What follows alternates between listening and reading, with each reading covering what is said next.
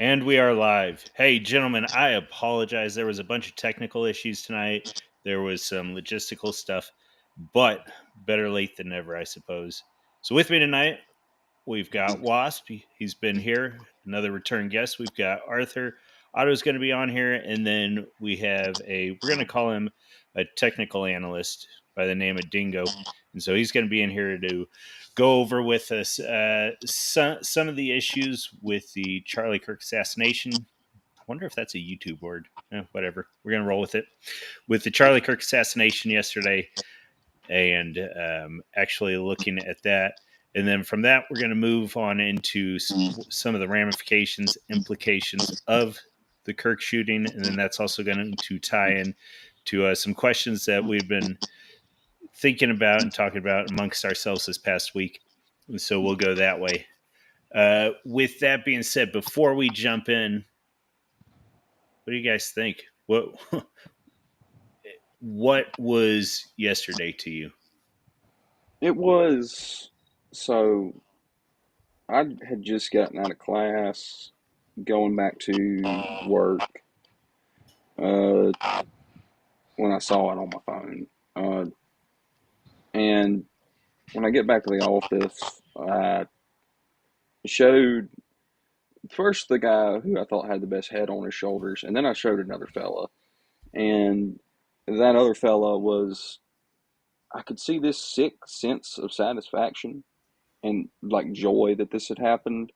So it was a day where I don't want to say I lost faith because more people than not around me were just shocked and disgusted that this had happened. Uh, but it was an illuminating event because I think we all saw, if not at least personally, like I did, uh, we saw that there are there is an overabundance of leftists who do not care and are in fact happy that events like this are happening. These people, it's evil.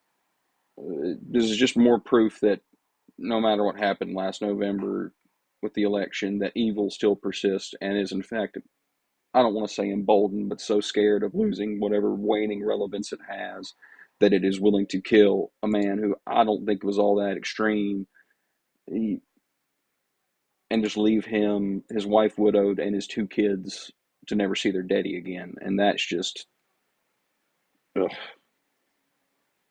it's enraging. There's Yeah, absolutely. Arthur, what were your thoughts? Like, how in the world did it pop up on your feed? Yeah, so in my place of employment, I pretty much have a full running access to current events and whatnot. I mean, I go ahead and say it. I got my own office, so I pretty much have kind of finger on the pulse of what's going on. And so it came across there, and I was like, wow, Charlie Kirk, a conservative figure that, of course, I've known about for years, but not really in my wheelhouse of we just say my flavor of politics. Do I see did I see him as kind of of course on the side that we're on the right, but not quite where a lot of us are at ideologically in our minds. And it didn't surprise me. I mean, come on, we already saw last year in Pennsylvania with Trump and with many other political figures. It's kind of it's an American fact of life that the threat of assassination and violence it's baked in the cake. But just as WASP brought up, the bigger thing to me was the reaction to it happening. It's not so much that this someone passes away. It's the ghoulish glee happiness over it, and you're going, well, wait a minute, that doesn't sound like the sign in the front yard that says this house is a house of love and it stands for this, that, the other. It's like, come on now, you're not practicing what you're preaching at all. So the response to the event, I think, was more jarring to me than the event itself. And it that just like that graphic I sent you from one of the articles I read, this guy was this was normicon. This was about as moderate as you get. And whether you were in line with his viewpoints or not, he got out there and he would go and talk to the colleges. His demographic, of support is pretty much that like 16 to 26, the Gen Z, the alphas. He had a big following. And to everybody to see, like, if they can't stand him, what do you think they want to do to the rest of us? And that exactly as that quote says, a mainstream conservative figure representing, all of us that are not on the left at all. And if they're willing to go that far for him, just for having the audacity to have discussions and dialogue, well, if your answer is, if you don't agree with the speech, violence is the best thing to do. I don't think that's a good direction. I think that radicalizes a lot of people. I think this. Yeah, and that's definitely an area I want to touch on in the future because I have some questions over why specifically Charlie Kirk, and so I'll be curious to get your guys' input on that. One thing I wanted to bring up, so Abbott Grinfield, he jumped in and he said that there was a transmission electrical crew in the field and they found out immediately and were very sorrowful and devastated. Good folks out in the country here. The hate is real online. So absolutely, we've been seeing that. Likewise, Midwit jumped in here and he said, I'm shocked by the degree of hatred expressed, and I thought I'd already reconciled myself to their animosity. So we're definitely seeing it. We're going to get there on that. Otto, how'd you run into it, sir? Well, the way I ran into it, can y'all hear me good? Yeah. Okay, good. So the way I ran into it was I was at work giving a presentation, and I got a text on my phone, and it just said Charlie Kirk's been shot. I assumed that, obviously, because this is kind of part of I think the current zeitgeist of the situation is I was thinking of the woman that was, murdered on the train. I was thinking that, some feral human just, shot him, on the side of the street, like in Atlanta or something, stupid like that. And then, I was very shocked when I got back to, my office and I found out that no, he was literally shot by a rifle because I can tell when it's a rifle being shot. And it, and another thing too is like, actually seeing the video, um, I've seen people die. I've seen war footage. Um, there was whatever they say.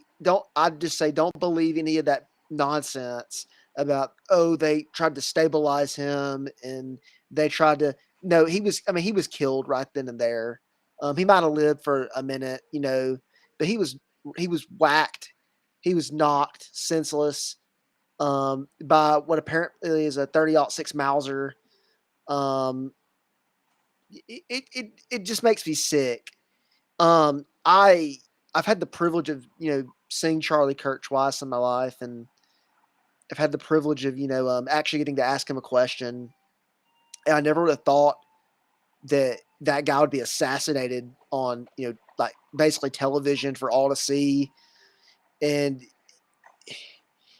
I never thought if something like that was to happen to somebody like him that I would be this aggrieved and angry.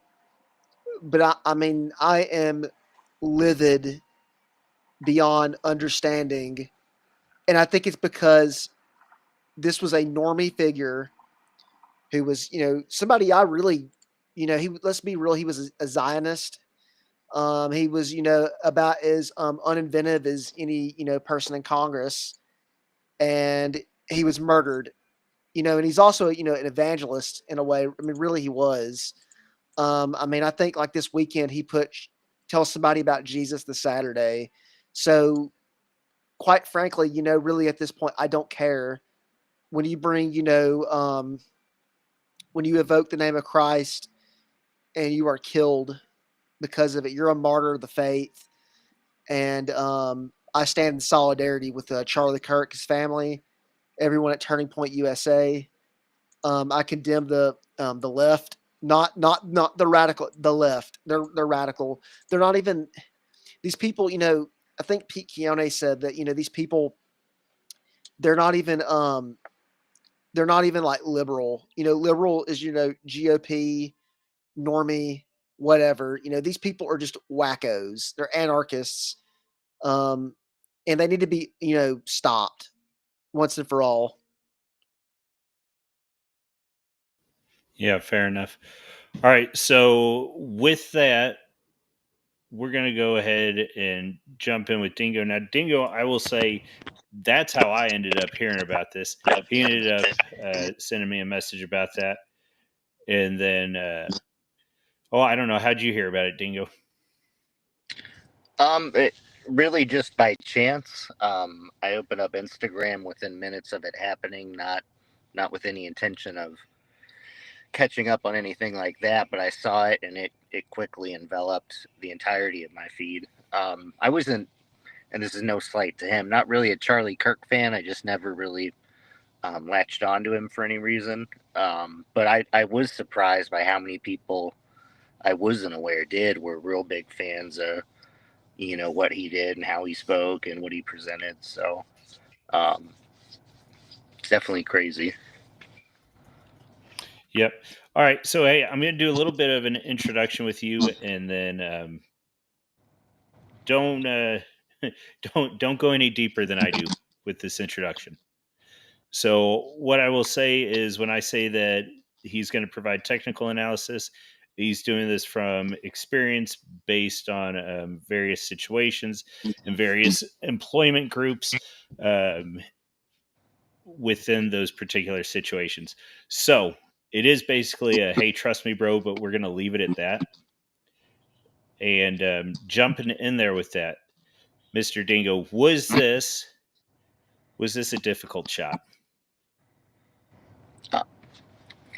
It's kind of hard to say. I mean, shooting 200 yards, 200 meters with a rifle isn't particularly hard.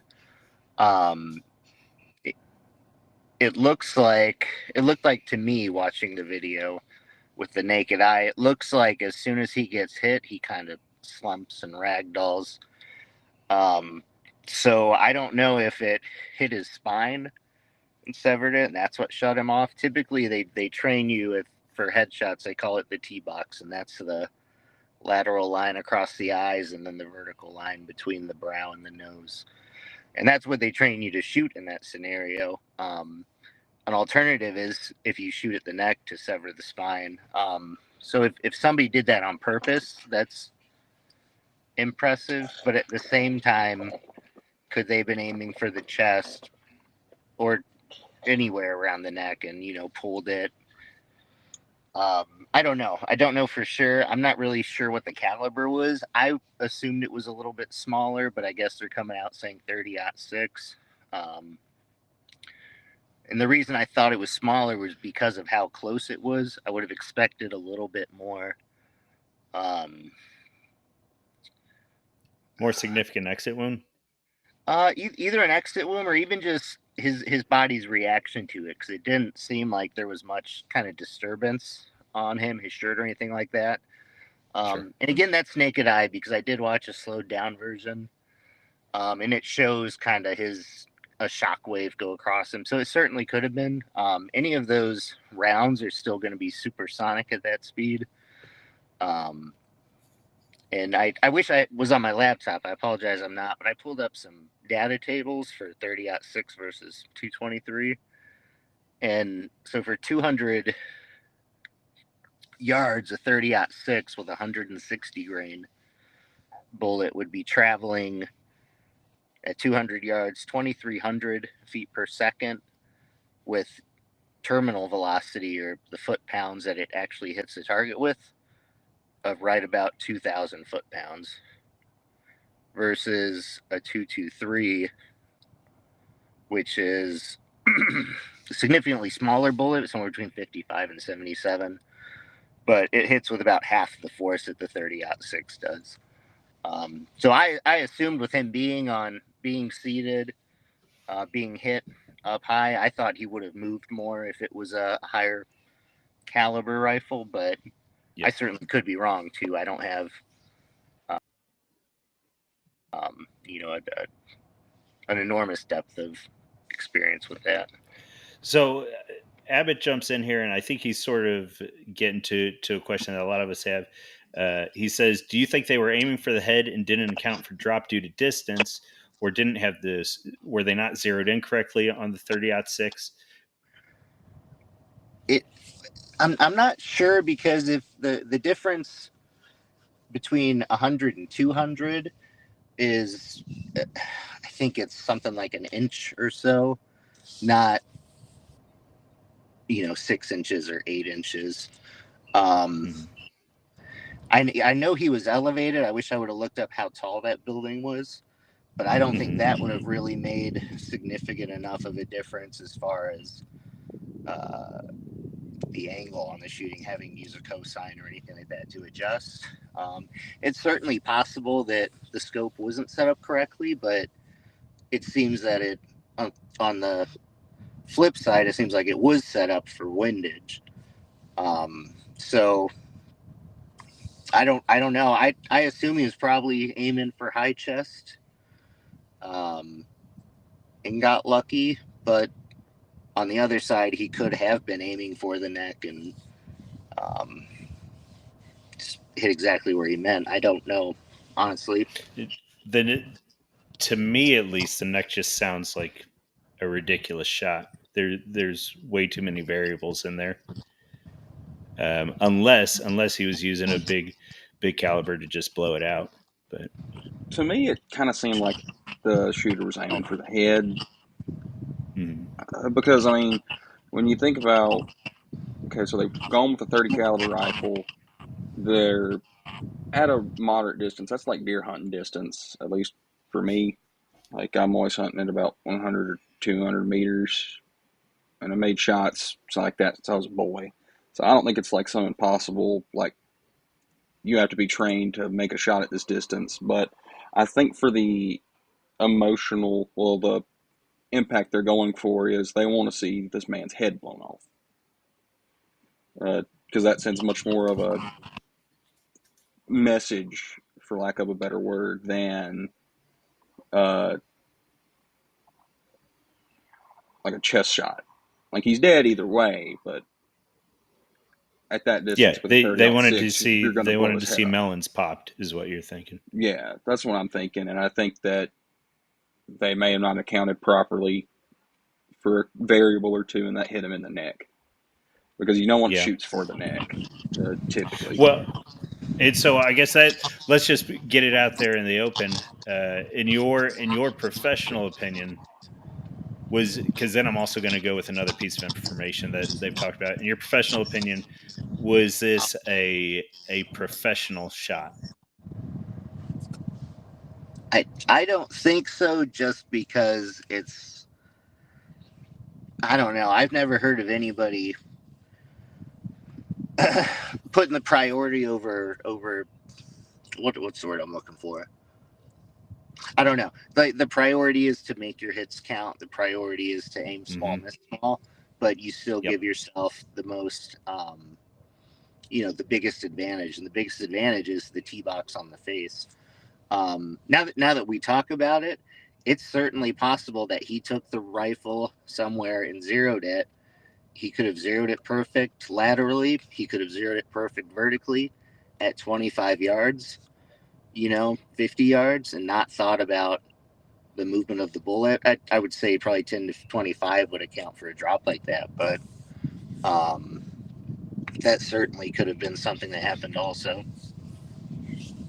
Yeah. My whatever, not quite qualified opinion was that um, it has all the marks of a goober being being stupid in there.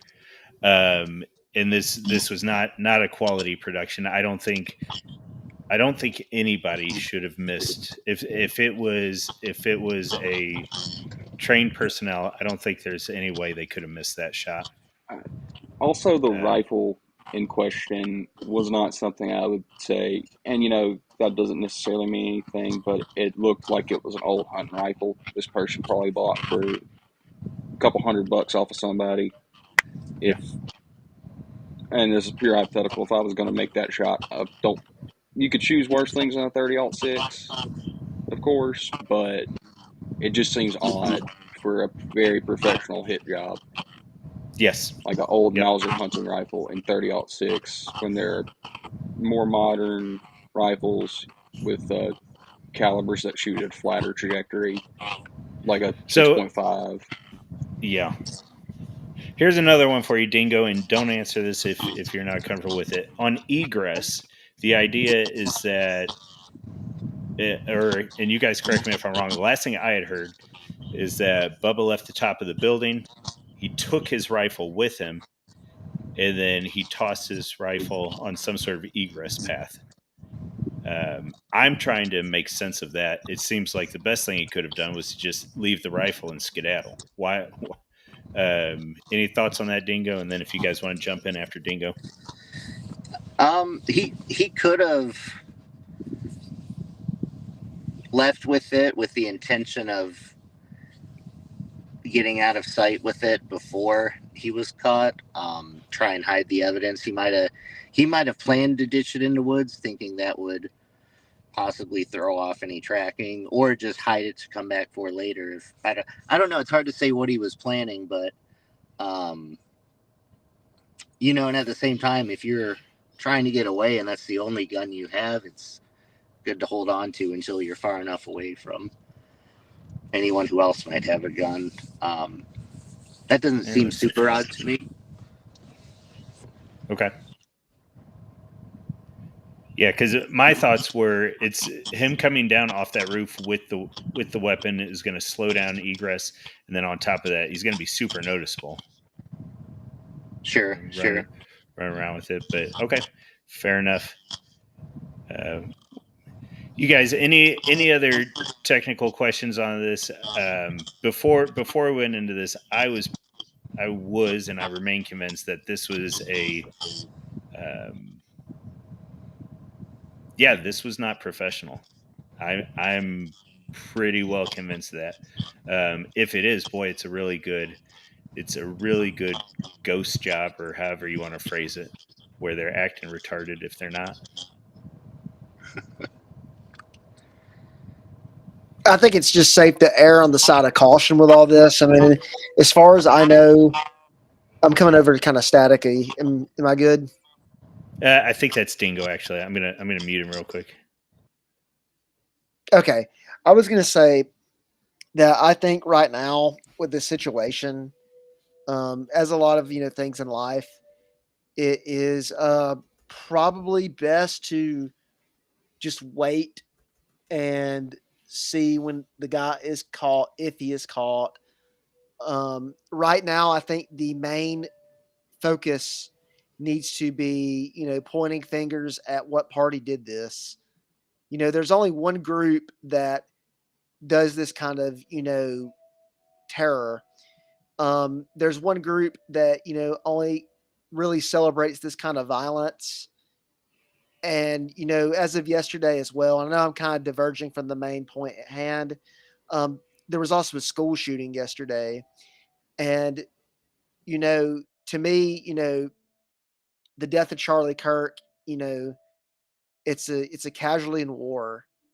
And, in war, if your buddy goes down in the open, or whatever, you have to eliminate the contacts that are your front. And I think we have a moral imperative to find the killer, but we also have a moral imperative to find those who are basically celebrating this, those who are hailing this outlaw as a hero, and we need to punish them and punish them severely. And we need to do everything we can in our power to aid in that mission. It's not just to ourselves, it's to our wives, it's to our sisters, it's to our brothers, our sons, our cousins, our aunts, our uncles, our mothers, fathers, everybody. We're friends. It's into our posterity. Um, I'm still in shock, really, that this is even happening. To be quite fair, or to be honest. And those are all good points, and that is something we're going to dig into here in just a second. Bigger concern is that this apart from maybe being professional, it seems like there is a cell. Like, and this might, because there's the old man uh, who drew police's attention away. There's the man down in front waving right back at the shooter. This might be coordinated, maybe not by a group of professionals, but by just our own homegrown terrorist leftists at this point. And that's my bigger concern, that there are cells like this all across the country. Because there's certainly a lot of stuff that is indicative of this.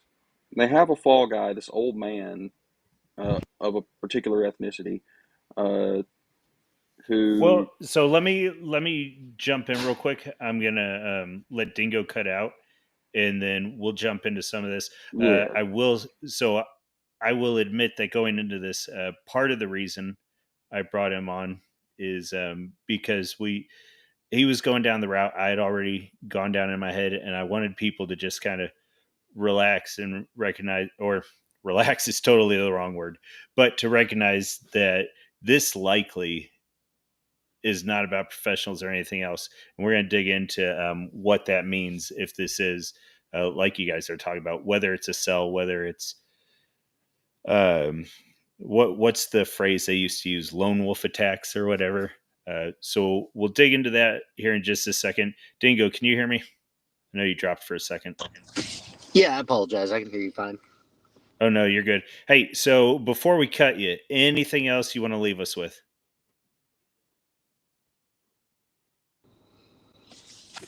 No, I was gonna hang around and listen though, if you don't mind. Is that, or is it a little more private?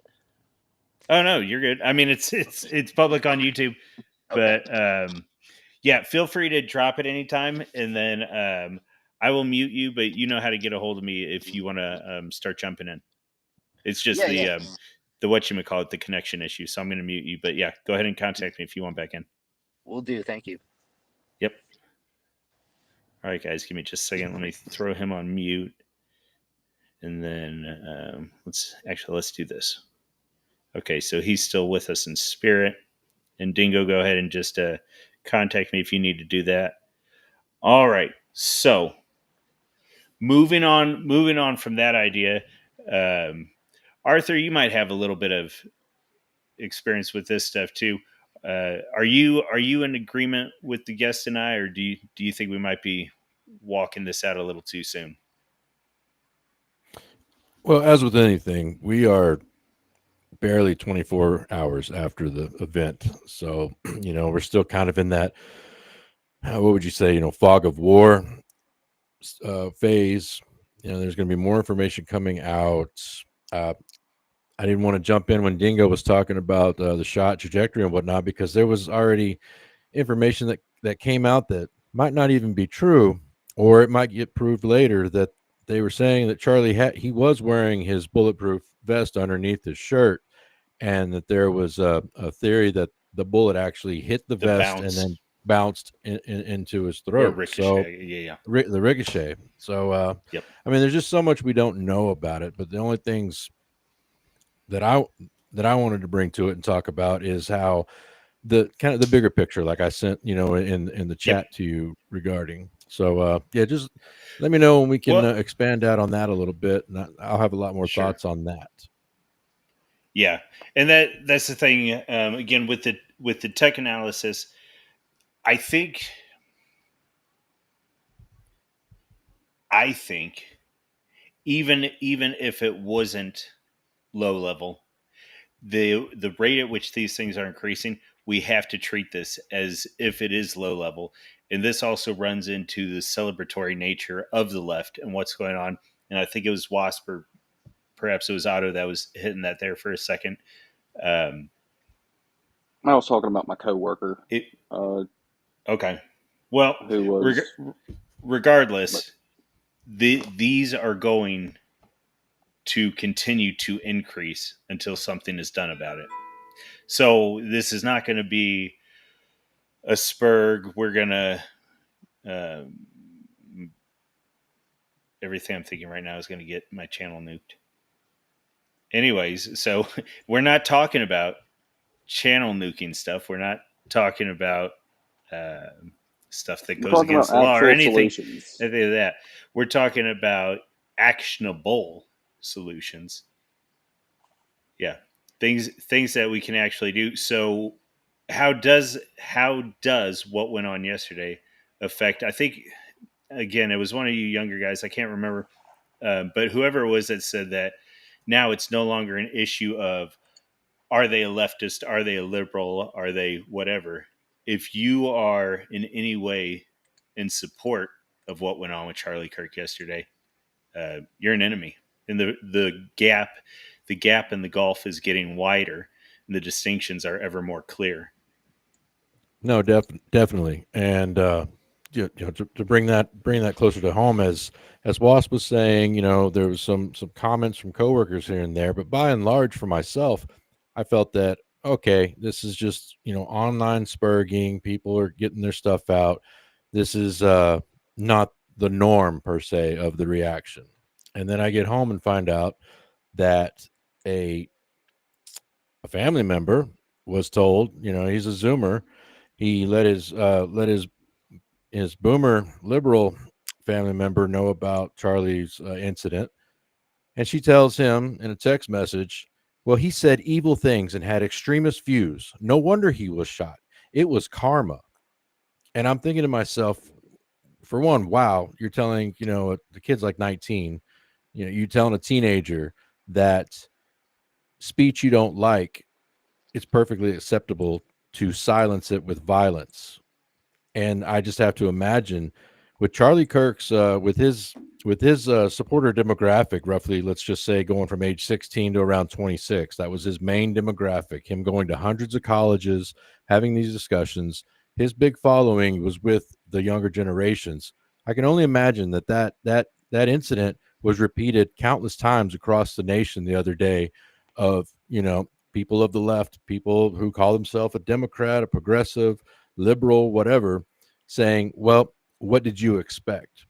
And for them to pick out Charlie Kirk, I mean, let's be real. If you're looking at a pack of right wing people, to make the analogy, if you're looking at Dobermans, bull mastiffs, and German shepherds, you just shot the golden retriever of the conservative movement there, the GOP. Because whether you agreed with his approach, like I said, I wasn't a big fan of his ideology, his viewpoints. Maybe I held him 20 years ago, but we all evolve. But we also realized that a lot of us were there in that civic nationalist, mindset where he's at, of going, no, this is the democratic way. This is how we do it. We talk this out, and marketplace of ideas, and this is how it should be done.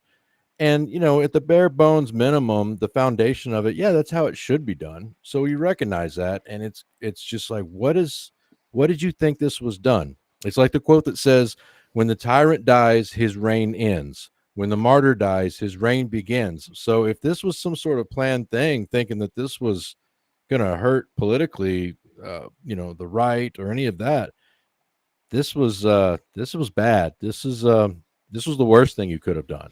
Well, too, on Yeah, and I that. think Oh, well, sorry, Otto. I'll throw this in real quick, and then I'll jump to you. The whole thing with the violence, though, they've been doing that for the past decade-ish, since Obama or whatever. Because what gets a particular group out of responsibility for anything? Well, that person called me a word that starts with a letter. And so every time, and the whole what is it? It is freedom of speech, but not freedom of consequences. So they've taken everything and they warp it, and then we're supposed to wear that, and we're supposed to recognize it. But when they start going on about how happy they are that Kirk died, or that the president nearly got shot last year, or what were they using on the Ukrainian girl, who I will admit I have not watched that video. I'm not going to watch that video. But I I am. have same coworker, same day, was saying, I don't know how you can make this a racial incident or a racial thing, and I don't know how you Of the cannot. Ukrainian girl? The Ukrainian girl, when the guy who stabbed It's her, all I'm racial. sure thought it Well, who was. was all sitting around her? Well, I want to say, because I'm a little mad when I think about this well, particular let's individual, let's put but let's put the shoe on the other foot. a black, If you know, I black stabbed lady a black sitting lady by, yeah, exactly. and I said I got that, you know, uh, very few people would be able to be saying, "Oh, that's not racial." Yep. No one would say that's not racial. They would say, "I'm an evil, terrible, racist person, and I should be strung up by my dang neck." Yep. So they've been doing that here for the daggum past decade plus. I mean, if we shoot, whatever, it's a It's been broken going record at on this further point. than We can, that. well, I was gonna Like, say it's a broken record at this point. We can go back to the '90s and say, even in our blessed '90s, you were still dealing with Rodney King. You were still dealing with the various issues, whether it was California, whether it was over in Georgia and different places. And yet here we are. We're just supposed to put our heads down and say, if we treated them better, we've been treating them better since '65 at least, and they want to we continue to treated be them far dumbasses. too well. So, well, They and get their wing so we end stop up paying and for stuff. they get their wing Now, stop and Popeyes. We've been treating them good. well, and the issue being that the people in the halls of power, or whatever you want to say, or let's just take on academia with daggum Robin DiAngelo and all them, they just got to join the chorus. They got to make sure that they're getting theirs by recognizing how abusive, and it's just a stupid way to live, in which we lift up the cherished group rather than in the conservatives want to say this is a Charlie Kirk thing. Let's all be equal. Let's just hold everybody to the same standard. And maybe I could even get behind that, but we don't. We don't hold everybody to the same standard, You and know, that's the issue. there's a John If C. I, Calhoun quote I want to read off, and it says, "We make a great mistake in supposing all people are capable of self-government." That is exactly what Yep. has happened in this country. The people that martyred Kirk, they're incapable of self-governance. They're incapable of holding a job. They're incapable of living a normal life because they are not a normal person. They are possessed by a demonic evil spirit that wants to do harm. I mean, I really, it's really sunk down into my core that the person that did that is the same one that wants to see little Catholic school kids slumped over like a dead Yeah. hog. And I hate to say that. I hate to say that on here, but the thing is, people are gonna have to wake the fuck up and realize that it's time for it's the age of wolves. It's time for Vikings. It's time for people that are ready to fight, people that are ready to see shit. So, my real mom, quick, God bless her, she's a very, you, she's the sweetest woman I know, and everyone could say that about their mama. My mama, when she heard about it, she said, "Wasp, you need to send me the video." I said, "Are you sure you want to see this?" And my mama, God bless her, said, "Yes, I do." Uh, and she put it better than I could, which is all he wanted to do was bring people to Jesus. And if that's all, that really is what I think Charlie Kirk genuinely wanted to do. Uh, what does Yeah. that mean for me when I looked at that fella and he was gleeful? He wants to do that to me. He wants to do that to my mama. He wants to do that to just about every damn person I love in my life. So you know what? I'm done being nice about it at Exactly. this Fuck point. them. All Like, right, Arthur, bring us so home a bit. yeah. So to bring it back around, what you were talking about, Panda, with it's been going on since the '90s and before then. One important thing to remember too is because I was there in the '90s as well, that at that time the narratives were a lot more closely controlled. You went back, and at that time, you had some grainy footage from the 1960s. Maybe you read a Lifetime magazine article or two. You got a few lessons in school. And now we are in the age of technology. I can recall when World Star Hip Hop first came out, and people thought it was really funny, like, oh, look at these rare incidents of craziness. Oh But yeah. then World Star Hip Hop had new videos every day, and it kept going on. And then, of course, the progressives kept pushing harder and harder, saying we need body cams on law enforcement. And it's like, okay, here you go. And now all of a sudden, oh no, the body cams are wrong because you see incident after incident after incident. And all it did was the technology just brought it all up to the front. So when Rodney King happened in the '90s, Yeah, that was horrific. And we all saw Reginald Denny right there on live TV getting smacked in the head with a brick. And it was like, well, this is an isolated incident, or this is just a little bit of this. But when it's there every single day and it's just constantly in your face, even though they try to say, well, that gives you the wrong narrative, it's like, no, it gives you reality. That gets you to see everything. Because what they tried to do with the poor Ukrainian girl was that happened August 22nd. That didn't happen this week. That happened almost now 3 weeks ago, and the footage finally gets released. And then you find out that at the city council meeting, they took a break before they talked to the officials of the safety on the transit so they could have a birthday party for one of the city council women. And it's just, as Otto put out, as we've all said, enough is enough. I'm tired of this being told that it's all our fault for everything that happened. No. You got your civil rights in the 60s. Everything was supposed to keep moving forward in this Whig's theory of progress, and it didn't happen. We sat in those classrooms. We saw who actually studied. We saw who cared, who didn't. We saw, content of character, and have judged it by that for long enough to see that there's quite a bit lacking, and it cannot be denied anymore. Yep. And So, go ahead, real quick, Wasp. no, you're good. We can continue. Well, so my question that I'll throw to the panel right now is: did things change yesterday? The moderate we're right all got pumped. shot dead. That's what changed. Okay.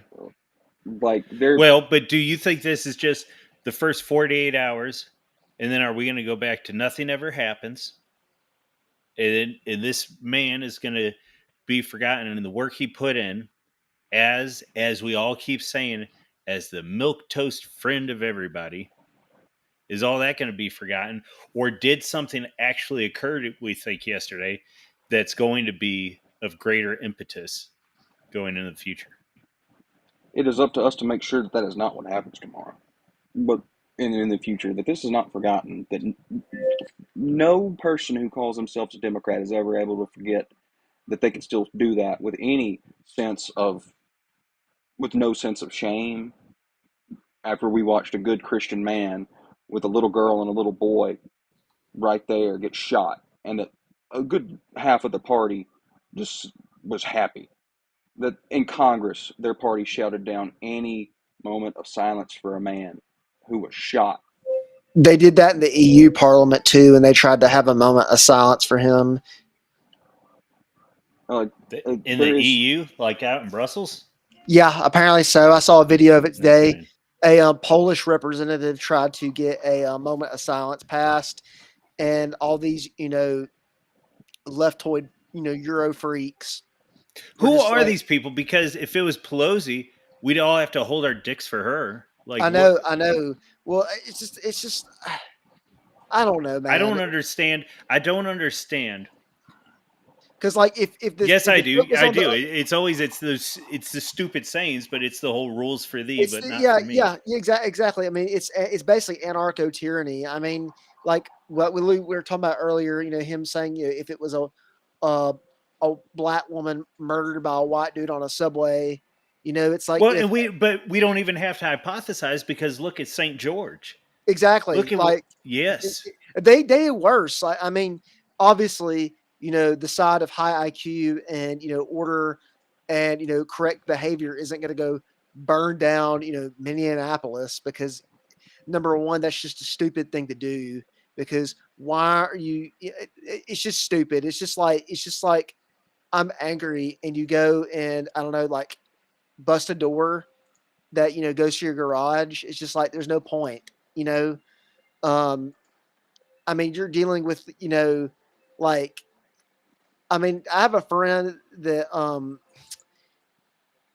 it's funny, all humans are the same, yet, certain groups of humans, really on the mental and spiritual wavelength capacity are just like birds and camels from each other. It's just so weird that certain groups, like when they have, someone from the culture killed, they go and they like burn down their own businesses and cities and things like that. And it's like when, you know, somebody like on our side is killed, we're just going to sit there and twiddle our thumbs and say something like, I stand in solidarity, or like, or at worst, like, this is not a political issue. This is a whatever. People need to realize that politics and war are the same things. Politics is just an extraction of war.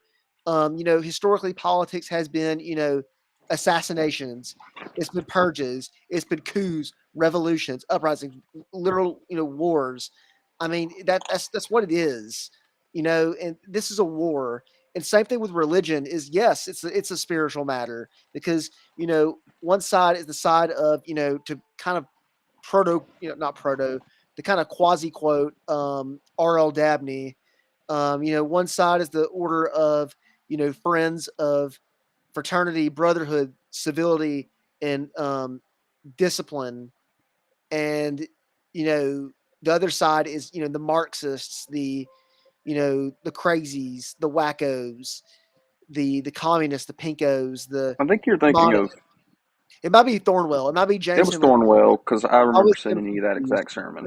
but exactly that quote for some reason stuck with me, and that is exactly what we're seeing. I mean, no person that is a common sense middle class American, unless they're um, of that particular ilk, and I'm thinking of not maybe not of color, but of party line, uh, cheers on the murder of anybody. And that just shows you that one side literally is, they're literally like the mutants from Fallout. These are like people that live on the fringes of society. I mean, they are the witches. They are the outcasts. So the Well, I think it gypsies, was. and we're the I normal think it people. was. I think it was Morgoth, and then I've heard Dutton use it a lot as well. But the idea of the spiteful mutants, and it's as simple as that. They don't operate in the real world. They have to be acquiesced to, and they have to be worked around. But God forbid they work around anybody else.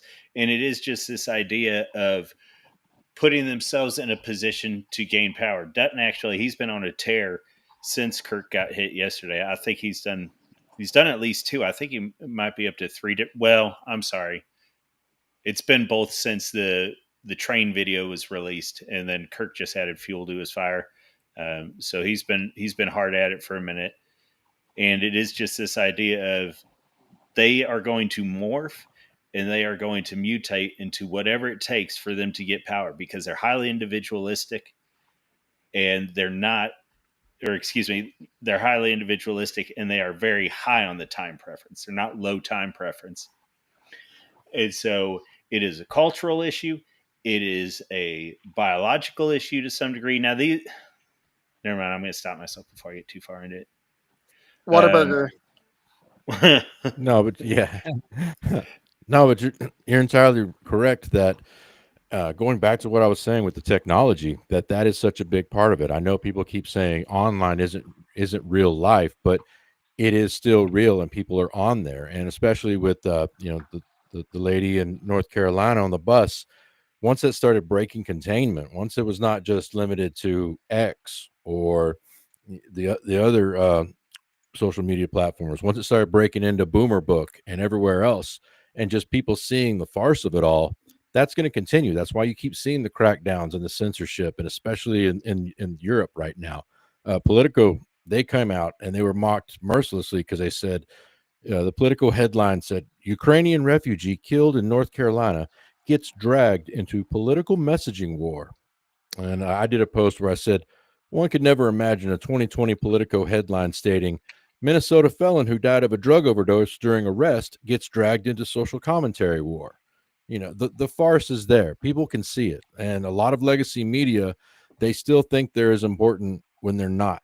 They still puff themselves up, and they're not understanding how irrelevant they're becoming more and more by the day. I mean, New York Times constantly, Washington Post, all your big ones, they're just used as fodder for comical farce online, just to point out how stupid they are, how they're not, actually reporting on what actually happened. Yeah. I mean, NPR, I get a lot of a gaff from some mutuals and stuff like, why do you still even listen to it and stuff? I said, just it's the other side, and to see where they're getting their narratives, Right. and that's why you hear some of the ridiculousness from the other side, because of where they get their news. Yeah.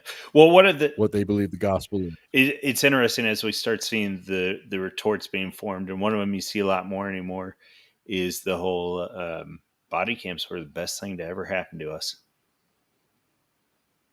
It is just the for our own reasons, and it's always that fight between the libertarian idea of freedom and then taking care of the civilization slash the culture, the society.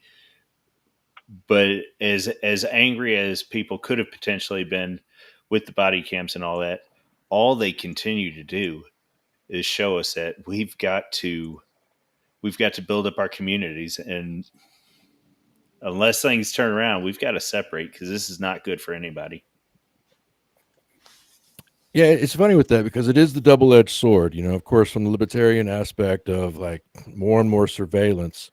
But at the same time, that's how we know what a Carnival cruise passenger is. Yeah. And we know what a buffet monster is. And just example after example. And you're looking at this going, well, that isn't a bunch of red hat wearing, Trump supporters doing that, or that isn't a bunch of, not our people doing that. It's just so it is, as you pointed out, it's that double-edged, like, I don't like the constant eye of Sauron on everything, but at the same it's time, Palantir, literally. Yeah. So, running back to Kirk, and then I think we're gonna put a bow on him here in a second. What do we do? Do we just do we make our divisions stronger? And when I say division, I mean, do we recognize the gulf that's between us? And at this point, it is just pure. If you are a leftist, if you in any way counter signal, good logical society. I don't even like using logical, because that's going to get tossed into the science area. I was thinking my it's the Evola quote. I'm just the man that has been for generations. My mode of thinking going forward is that, number one, we need to find people that are celebrating this assassination and do whatever we can to disrupt whatever form of normal life they have. And I don't mean violence. I mean, like, get them, non-violent, non-violent consequences for their actions, such as, losing jobs, losing, public, support, things of that nature. Then we need to pass laws. We need to give Charlie Kirk a state funeral, let him lay in state. I think that will just, and all of this is, and I hate to, not privatize, but profit off of somebody's death, even in a ideological sense. But we have to take this and run with it as far as we can. We have to use his death as something to push the envelope further and ultimately win the war against the left. We have to do that. We have to give him a state funeral. Every form of legitimization we give him, and united right support that goes towards him, it just angers them more and more. It keeps burning coals in their head. I was going to say too, another thing is we need to also watch out for grifters, charlatans, and others who might try to profit off his death or spin it in a negative, profit off of it in a negative way. That in a self-serving fashion. In a self-serving fashion, like, for example, I've been seeing tons of college football posts saying where, like, Nick Saban or Alabama's running back Ryan Williams. I've seen where Bruce Pearl at Auburn have came out, and apparently, like, Jalen Hurts issued these statements of apology, and they all read the same. And it's like, I really doubt that Nick Saban is coming out denouncing this murder in whatever. Not saying that he wouldn't. I imagine he would. Probably has put something somewhere, but it's about going to be about the same as any, mom, pop, anybody that just says like, we need peace. What's wrong with this country? Well, if you're asking what's wrong with this country, you are behind. You are behind. You are 600 pounds in a marathon behind. You need to buckle up and get in the car and go 100, go 200 miles per hour. My main point I'm trying to get at, sorry, I'm thinking on the fly with a lot of this, is that if you've not realized at this point what's going on, what's been going on, you are behind, you are in danger, and you really just need to probably surrender yourself to the ideological protection of somebody else. Yeah. So, Well, that gets into a bunch of different elite theory and how the masses will swap once the elites circle out. Hey, Destroyer, good evening to you. How are you? okay. So, sorry, I'm eating dinner while doing this. I just got back from a prayer vigil for Charlie that took 2 hours. Good. And I actually want to touch on this because it's something interesting. So, one of the big points a lot of people made was that this is fundamentally a spiritual war. That these people are demons. And, well, with this whole thing has had me thinking a little bit in many ways because, I mean, the video is hard to scrape out of one's mind. But put simply, there is only one conclusion I think I've reached between the past week of the stabbing of Irina Zarutska, a Ukrainian refugee, and now the assassination of Charlie Kirk. And that is that God had chosen America, ordained the United States as his nation to be the exemplary case of a righteous people who did not need the kings, as is written in the Old Testament. When the people of Israel had asked for a king, God told them that any king they had would only bring their nation to ruin. America is a nation that fundamentally was designed around the idea that you did not need a king, that you did not need a tyrant, that man could govern each other. And because of that, I do believe it is God's chosen nation. We're the only nation to achieve many of the things that were thought impossible by the nations of the old world. And I think in doing so, however, it has been made a target of an evil that is centuries old, or really millennia old. And that millennia old evil is going to either destroy this country if it succeeds, or is going to be defeated by this country. There is a reason we're the only country to not have draconian speech laws like in Europe. There is a reason we're the only country to have still preserved the right to keep and bear arms, and it has nothing to do with constitutional amendments being impossible to remove. It is because the fundamental character of the American spirit, as ordained by God, is to resist all tyrants except the one true King, our Lord and Savior, Jesus Christ. The socialist left, the evil communists that are atheistic in thought, have destroyed nations successfully. They can't destroy America for one reason. Because if they do, there is no last hope. There is no last light for the world to seek redemption. Yes, that's a brilliant point. That is, it was the passage, Samuel. I couldn't think of the book at the moment. But yes, simply put, I just certainly hope that this killing is what Trump needs to restore order and destroy this evil. I believe if there's anyone who's going to start the opportunities to destroy the evil that opposes us, it's probably going to be Trump. Many have tried, many have come close, but unfortunately, it will still worm back in. The price of this liberty and to rule without needing king of man is eternal vigilance in the name of God. So let's take that and let's run with a question to sort of again maybe try and put a bow on what's going on with Kirk over the next.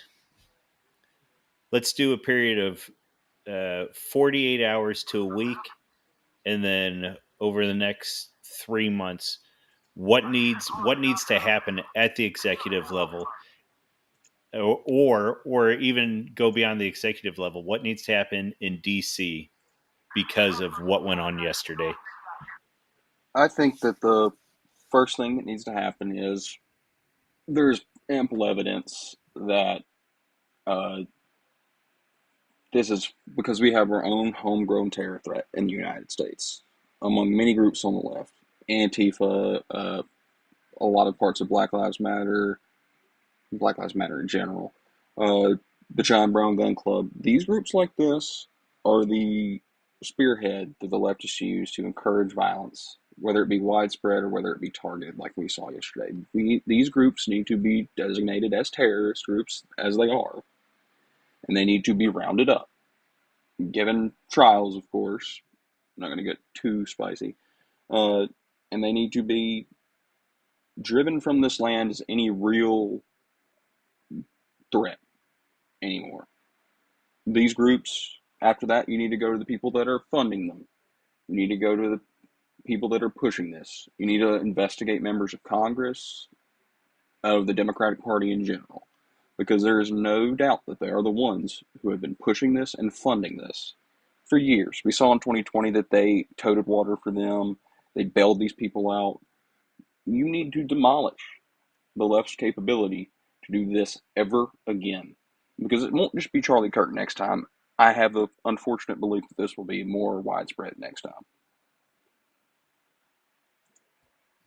Arthur, what do you see? Do you see coordinated attacks coming? What does DC need to be doing? Yeah, so what I'll say is what I would like to see, and this is what I would like to see. And what I do understand, at least in my way of thinking, is that today's September 11th, a very solemn day. We're rolling into the weekend. President Trump said the flags are going to go to half-mast until, I believe, Sunday. But at the very least, just as WASP was pointing out, Monday morning, things need to roll out. We have plenty of sections and article this that can be utilized. There's RICO actions that can be taken. The Un-American Committee, those laws are still in the books, for forces that are going against the country, and there's plenty of targets.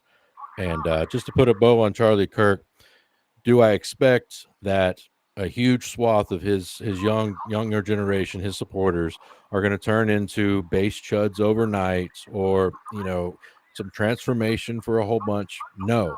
But what they did see is a guy who did everything right according to how it's supposed to go, have the discussions, and was killed for it. And it's not even so much that the incident happened. It was the response from everywhere, like, once again, from not just online but within real life, of the left celebrating this as if it was a Super Bowl victory or something. I mean, at this point, it could come out later that it was the college mascot who did the shooting because he was mad that he had to work that day and he had the day off, and so he was mad. It doesn't matter anymore. It's broken. It's broken containment beyond of it being, oh well, this was this type of shooter or that type. Like, no, that's not to downplay the incident, but that's kind of immaterial to it. It's the reaction. It's you took the mask off. Thousands of millions of people took the mask off and said, this is actually who we are. And we everyone's heard the Sam Hyde quote, of course, about, they want you dead, your kids dead, everything else, and they think it's funny. Well, that's the reality I think more are going to see. Are there going to be more incidents? Sadly, yes. That's just kind of the way things go. But I think that a lot more people are, I hate the term woken up, but they're more aware of, like, wow, this is what we're dealing with. What a lot of us on this side have been saying for a long time, that this is not just some joke. This isn't go vote on Tuesday, we're going to vote your way out of it. That's not how this is going to work. So hopefully this woke some people up. This made more people aware, and kind of see actually what the playing field actually looks like.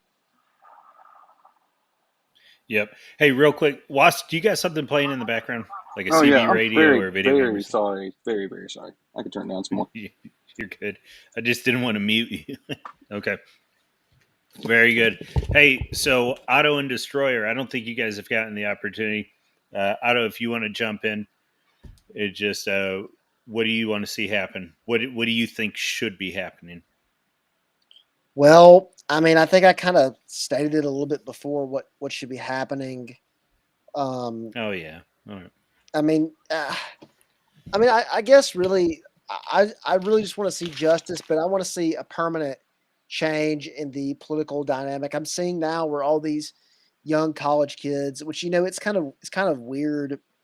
Um, I have to live sort of my college days vicariously now, um, with seeing these people um, at universities, out there, you know, taking the fight to the streets, and stuff that I would have been much big on, had it been a few years ago.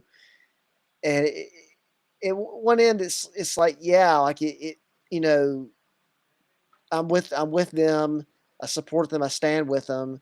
But then another end, it kind of reminds me like I'm kind of an old head now, and I'm out of that. I mean, it's there's so much going on in my mind about this crap, and I don't know. I'm not really. I- I'm not really a happy camper right now. I'll just put it that way. I'm not. Obviously, I'm functional. I'm not depressed. Um, but am I concerned? I Yes. nearly was. I'm. I'm concerned for everyone I know. I'm concerned for my family. I'm concerned for my friends. I'm concerned for our people in this sphere. I mean, these people are our friends. Even if I haven't met some of them in real life, these people are friends and their lives very much matter to me. And I want to do whatever it takes to protect those who I view as that should be under my protection. Yep. Destroyer, where you at? Do you think there? Do you think there is going to be anything? What do you want to see happen executively right now, or in DC? Where are you at on all this?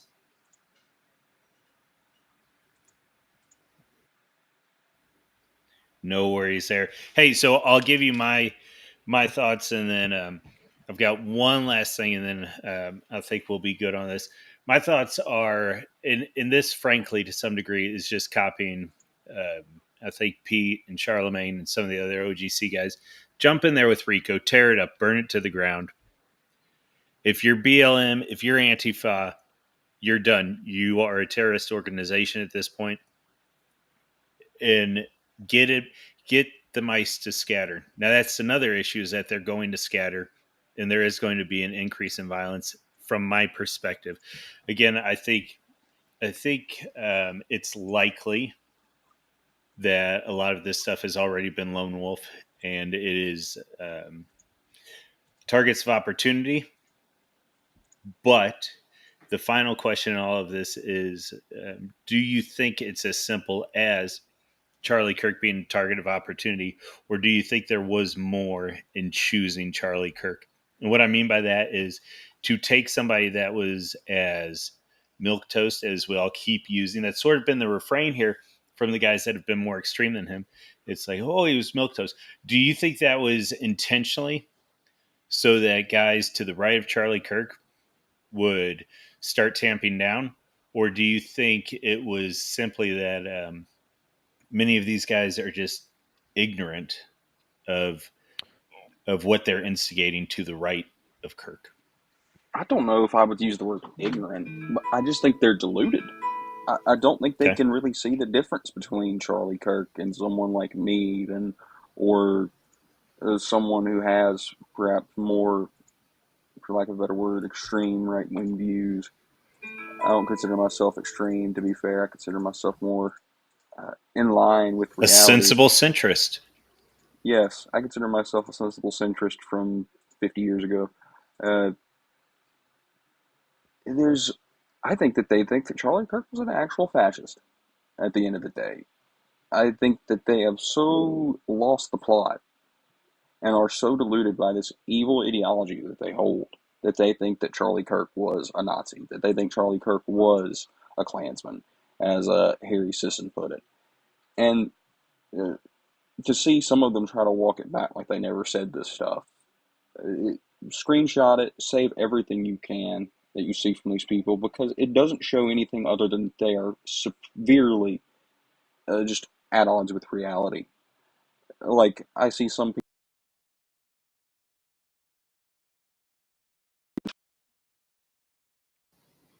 Uh-oh. Uh-oh. We're losing you, Wasp. Oh, hold up. Okay.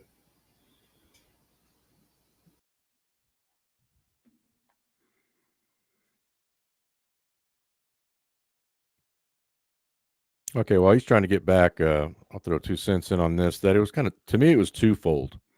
For one, while we kind of sit where we're at on the right, looking at Charlie Kirk as, kind of, the normie conservative and whatnot, it can't be forgotten that he has built a political apparatus with TPUSA. He helped get J.D. Vance elected. He helped get Trump elected. He was a big force within the political machinery of getting the votes. And so that made him a huge target, as well as being so popular amongst Gen Z, Gen Alpha, and the younger generations. That is the pool that spiteful mutants, the left, whatever you want to, however you want to call them, they are that is their recruiting pool. So he was pulling away from that, and he was very effective at it. So that pretty much kind of put him there. But as Wasp said, there were many as well that saw him as a fascist, which is, of course, to us ridiculous. But I mean, they created their own realities of that and then made it come true. But once again, they took somebody who was a bit of a stabilizing force off the political game board, and someone who was willing to talk, wanted to talk. And I don't think they're going to like the next person that comes along, because they're not going to be interested in talking at all. The talking's over with. So I'm optimistic.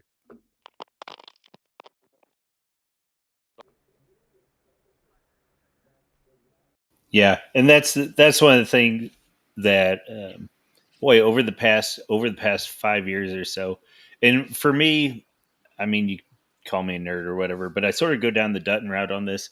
That the right wing space, those people who interact with nature and aren't trying to personify their mutations and suggest that everybody else accommodate those people on the right are going to be able to continue on into the future. And just partially because of that, whether that's declining birth rates, whether that is elongated bachelorhood, or the old spinster trope, not positively engaging with society. These people are doomed to failure. It's a cycle; they'll rise again, but we are coming towards the end of this cycle, and we're about to enter into for lack of a better phrase, a conservative renaissance.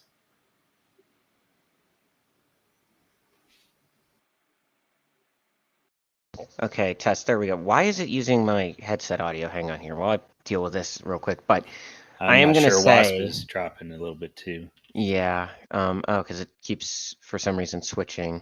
It should be okay. How's this now? Is this better? Yeah. There we go. Okay. For some on the ground perspective on the matter, the main thing to remember is these people very much believe in punch a Nazi, and I can tell you on the ground. The biggest thing I want to see from Trump is start lobbying RICO charges at the Democratic Party. I want to see the Klan Act getting thrown around to suppress them, and some poetic justice, I believe is the phrase. But from on the ground right wing activism, the biggest thing I've learned about these people is they don't care about debate. We had with the organization I work with, Young Americans for Liberty, we had one of the Students for Democratic Society members, an affiliated member. I want to say it was one of their officers even, flag down and destroy our table in an attempt to gain virality, and like come towards us and provide death threats. This was a few years ago before I had joined the chapter that I work with now. But in that, I have sort of learned that there is the left is simply put, these people are on pure evil. It is not like even misguided or anything. It is, they just hate you and they'll kill you for it. The question is, how are you going to fight back? And I'm going to destroy all the people who want to Fed post and say we need to be, rounding these people up and going out with vigilantism. I'm going to say, no, that's not how we do this. We have more class than that to be vigilantes. We're not vigilantes. What we need to do is we need to fight and not just vote harder, but we need to do what Charlie Kirk was good at. And that's the reason they killed Kirk too, is he mobilized people. The amount of people Charlie Kirk mobilized is what got Vance and Trump elected. Without that, you probably would not see Pennsylvania flip. Well, to be fair, I'm not calling for us to go door knocking, but we need to be getting ready for people to come door knocking on us. I mean, like I said, if they're willing to do this to Charlie Kirk, they would do it to me. And so we can't sit there and be, we've said that, oh, we have to be the better side. We've said this for years and years, and Oh no, I'm not. it got Charlie Kirk killed.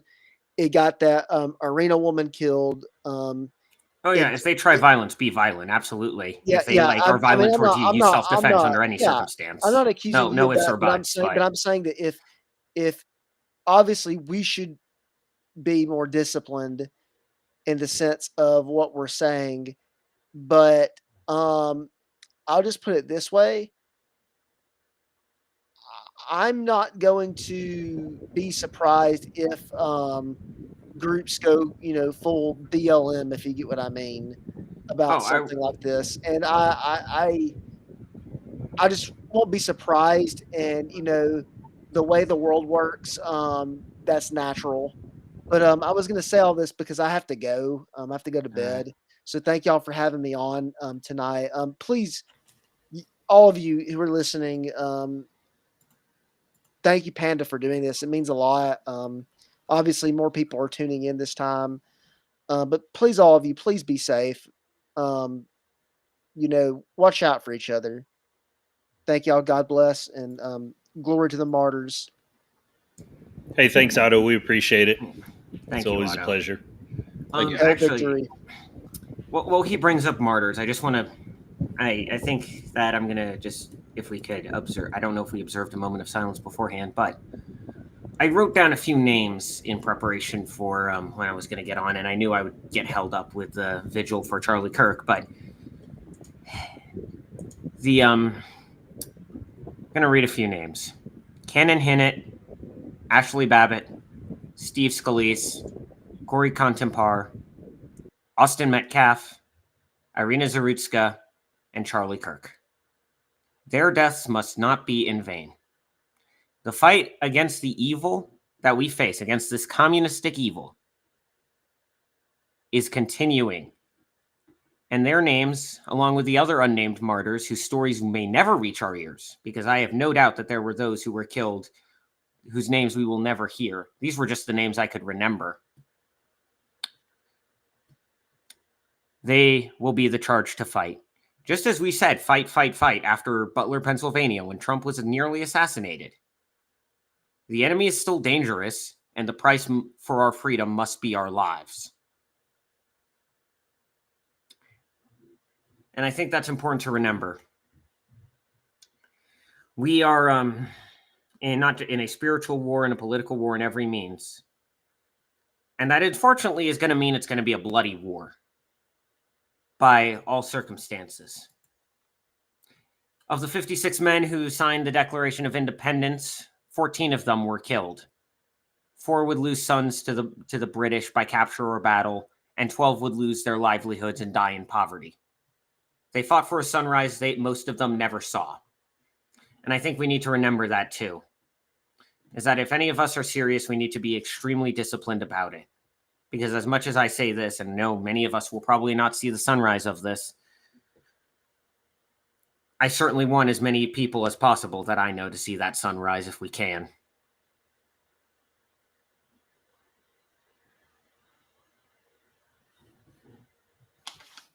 Well, I think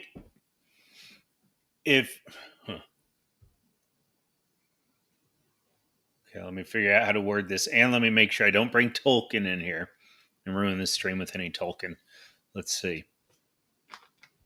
Regardless of what's going on, like the good days are coming. The good days are coming, and a big part of me with the channel is to make sure that people are not becoming doomers and not becoming absolutely black-pilled. That's not to say that there's not difficulties. There's always difficulties. But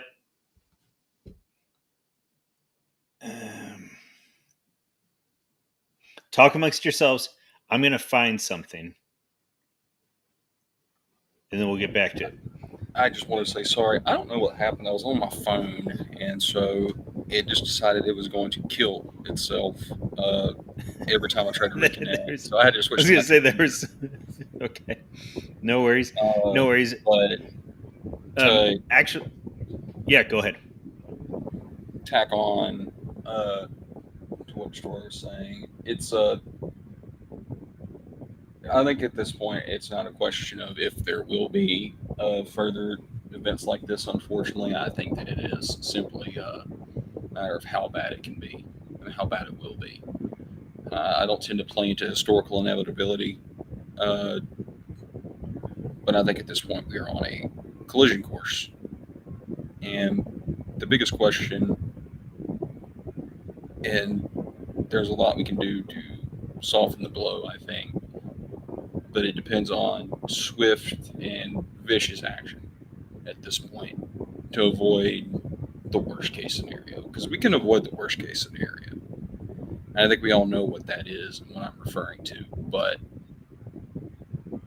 we need to be quick and we need to have faith in God that what we are doing is right at this point, because I think that he has, through many ways, shown that we are, and that we do have God on our side.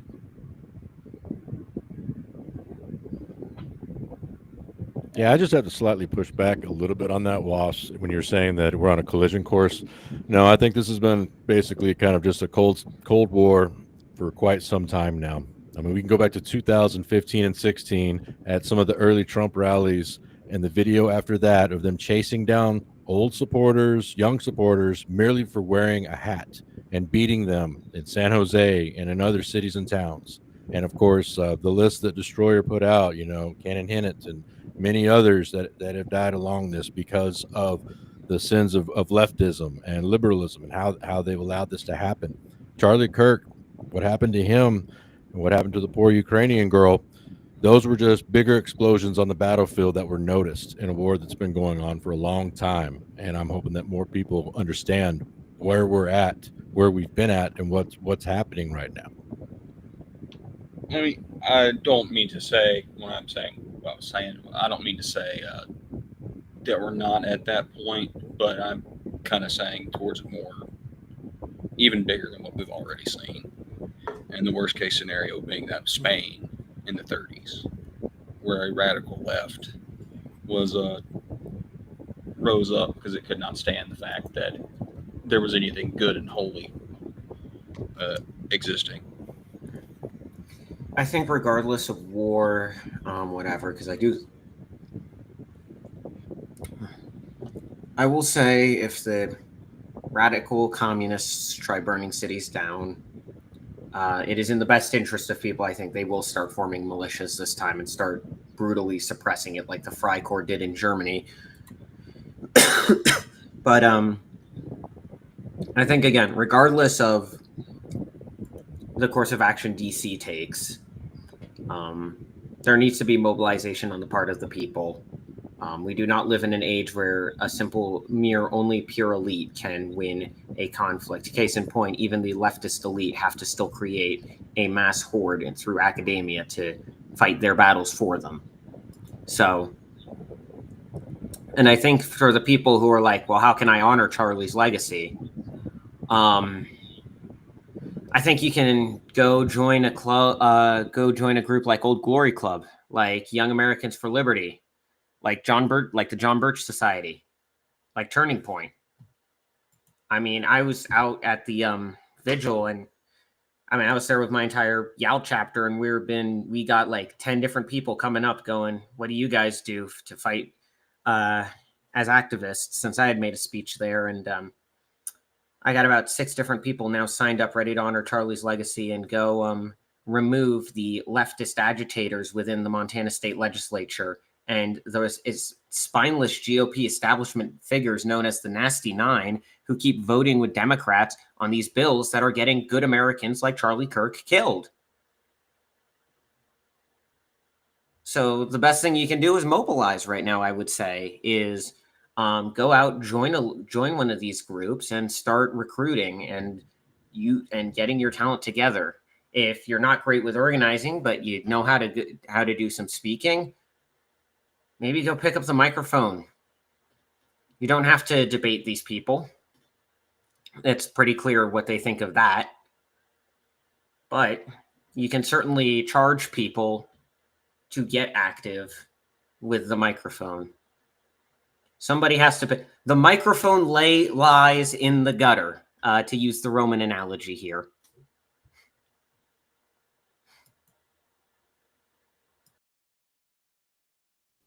Do you guys see what's on the screen right now?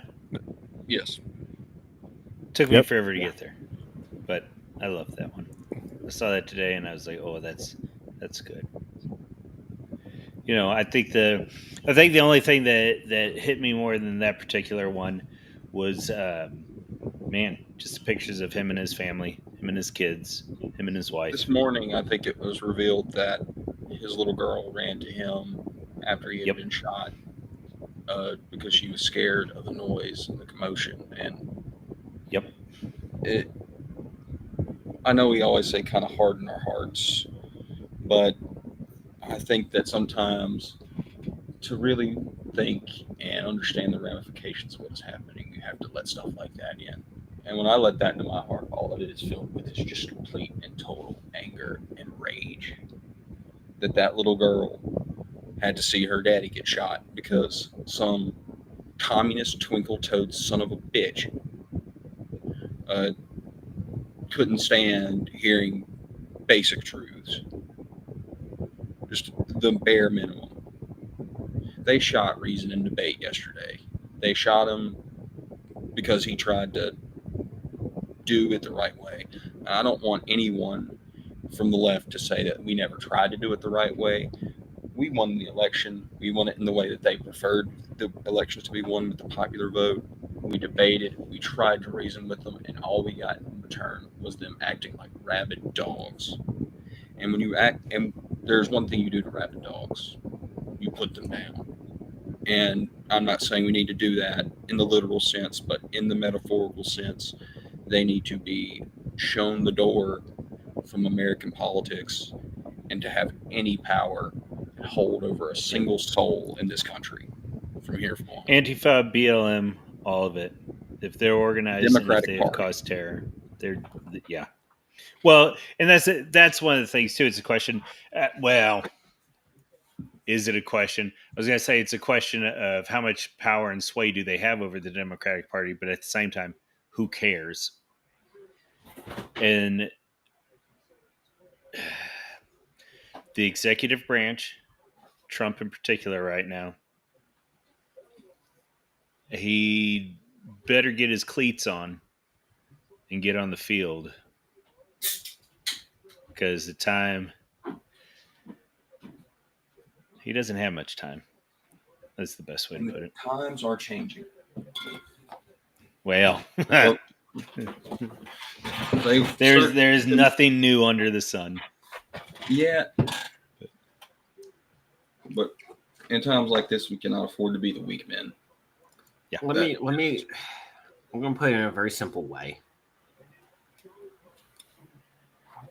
I think the call that has to be made at the end of all of this, outside of mobilizing, whatever, the primal call that because the call to mobilize, do things, is an action call. It gives specifics on what to do, and it's very long worded. So I'm going to leave you with a simpler one. I'm not going to go. I'm going to probably stay. But are you going to fight for your nation and restore God's providence over the nation He has clearly blessed, or are you going to let evil triumph? Because here's the truth. If we win, we live. If we lose, we die. And we have to fight like hell to win right now, even if we have power.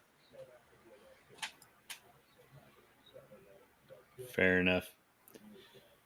Well, thank you, gentlemen. I think we've done a fair recap and a fair exploration of what went on here, and hopefully in some small way, did honor to the sacrifice that Charlie Kirk made, which is not a phrase or an idea that I think you would have ever convinced me of.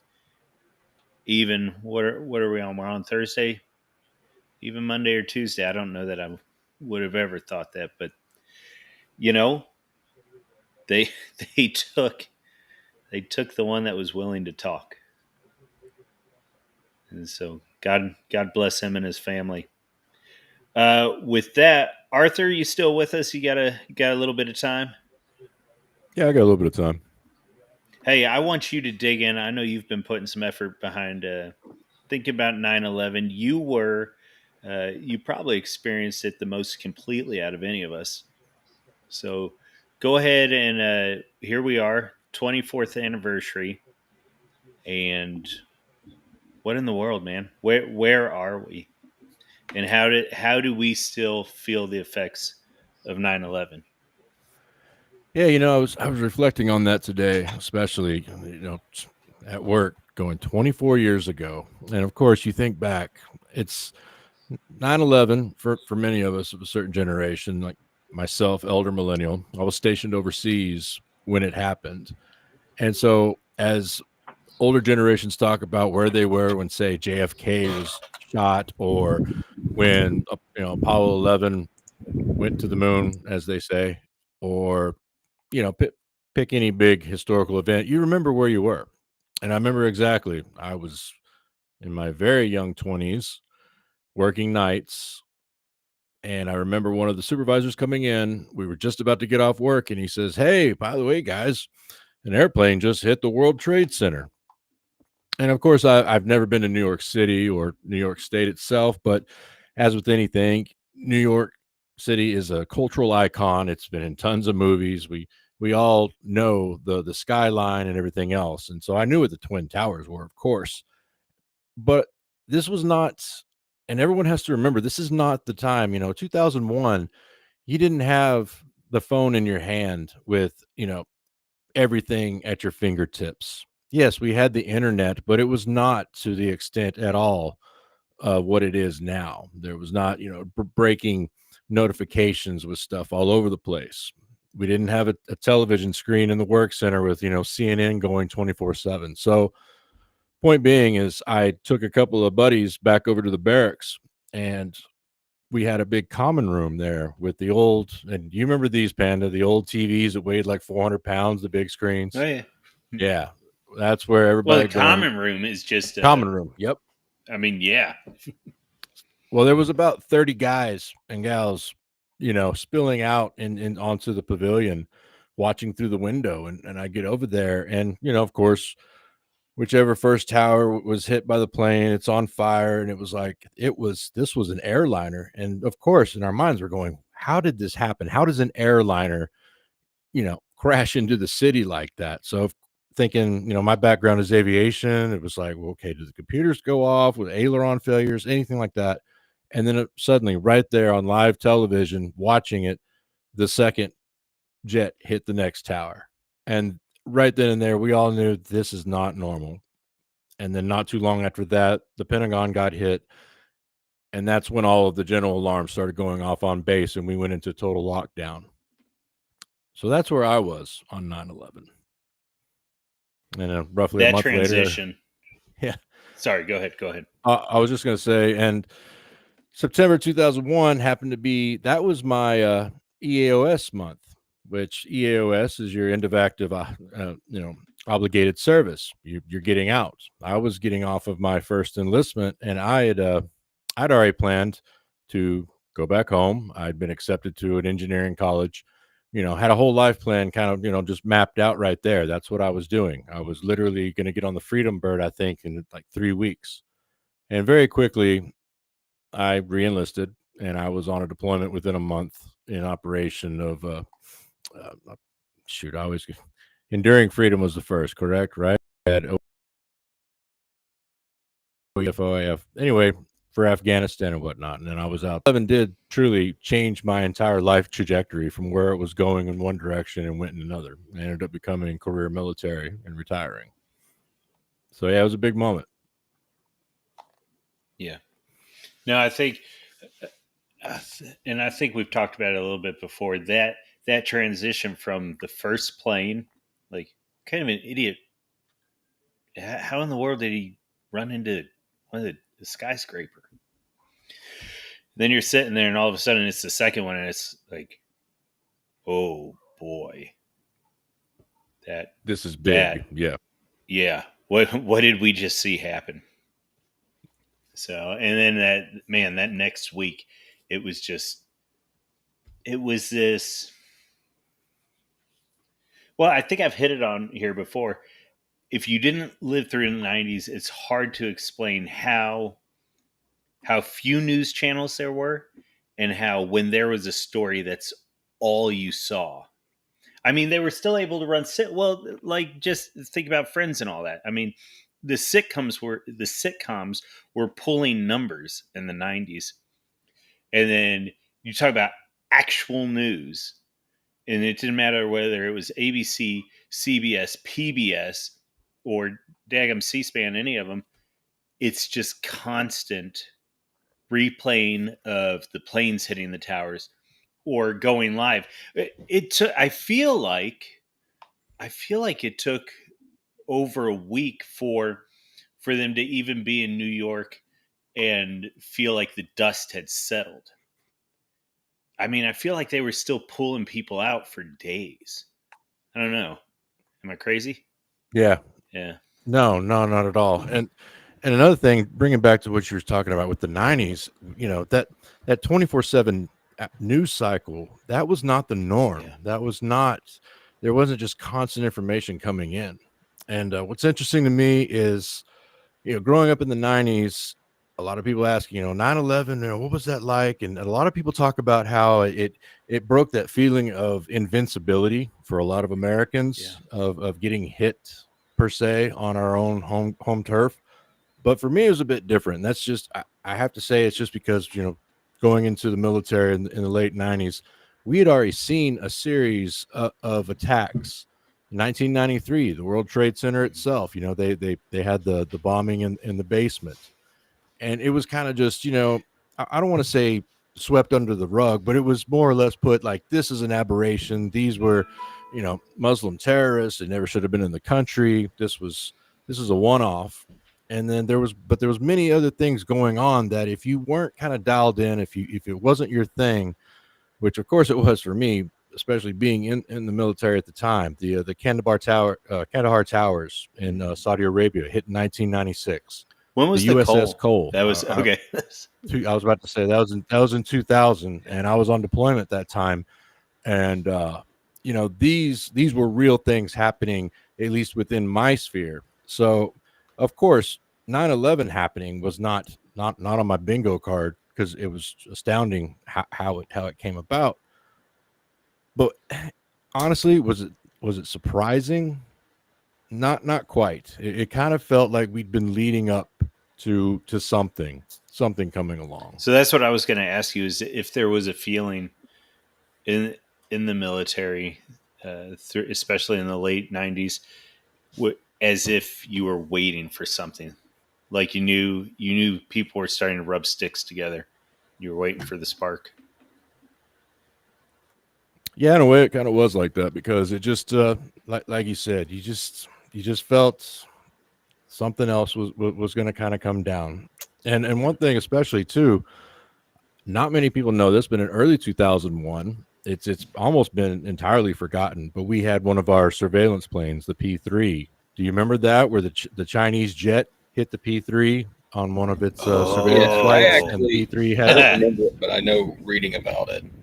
Yes. It's an unfortunately common thing, even today, where we have, there's the funny events, like when U.S. jet was flying in the South China Sea, and he was reading, I am a U.S. military aircraft operating international airspace, so on and so forth, and all the Chinese, guy said in response was meow. But these are unfortunately getting more like, we're going to try to like ram the hell out of you, which is something these guys are trained to do. I found out now is they're trained to ram if they're doing an intercept. Sometimes, for some reason, I don't know, communists are involved like that.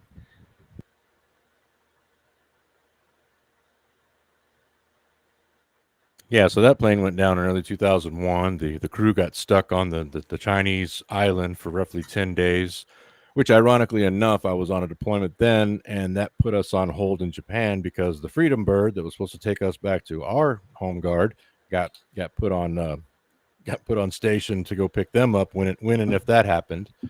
So it was 10 days of just kind of hanging out, drinking too much, just having a meeting once a day with the commanding officer of our det.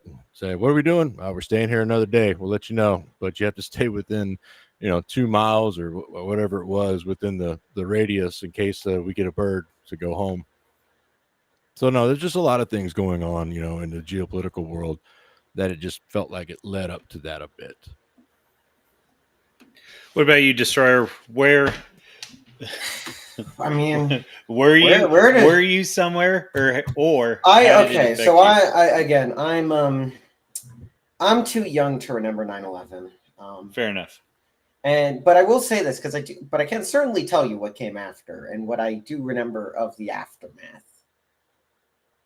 And I think my memory of the aftermath is something to the effects of a very jaded, in many ways, very similar to what I would argue the Gen X experience was, because many of them grew up in the post-Vietnam aftermath or during the tail end of Vietnam, whereas Generation Z mostly grew up during the GWAT.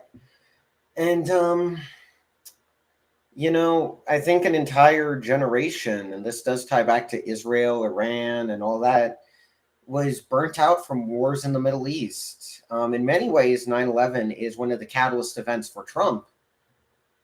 Because without 9/11, you don't get the war in Iraq. And if you don't get the war in Iraq, you don't get Ron Paul running for president. If you don't get Ron Paul running for president, you certainly don't get Donald Trump running for president on that kind of platform. Because love him or hate him, Ron Paul kind of was the inspiration for Trump 1, for the first Trump term, with how he ran his foreign policy and a lot of that. When it came to things like Trump talked about the Fed in some of his rallies.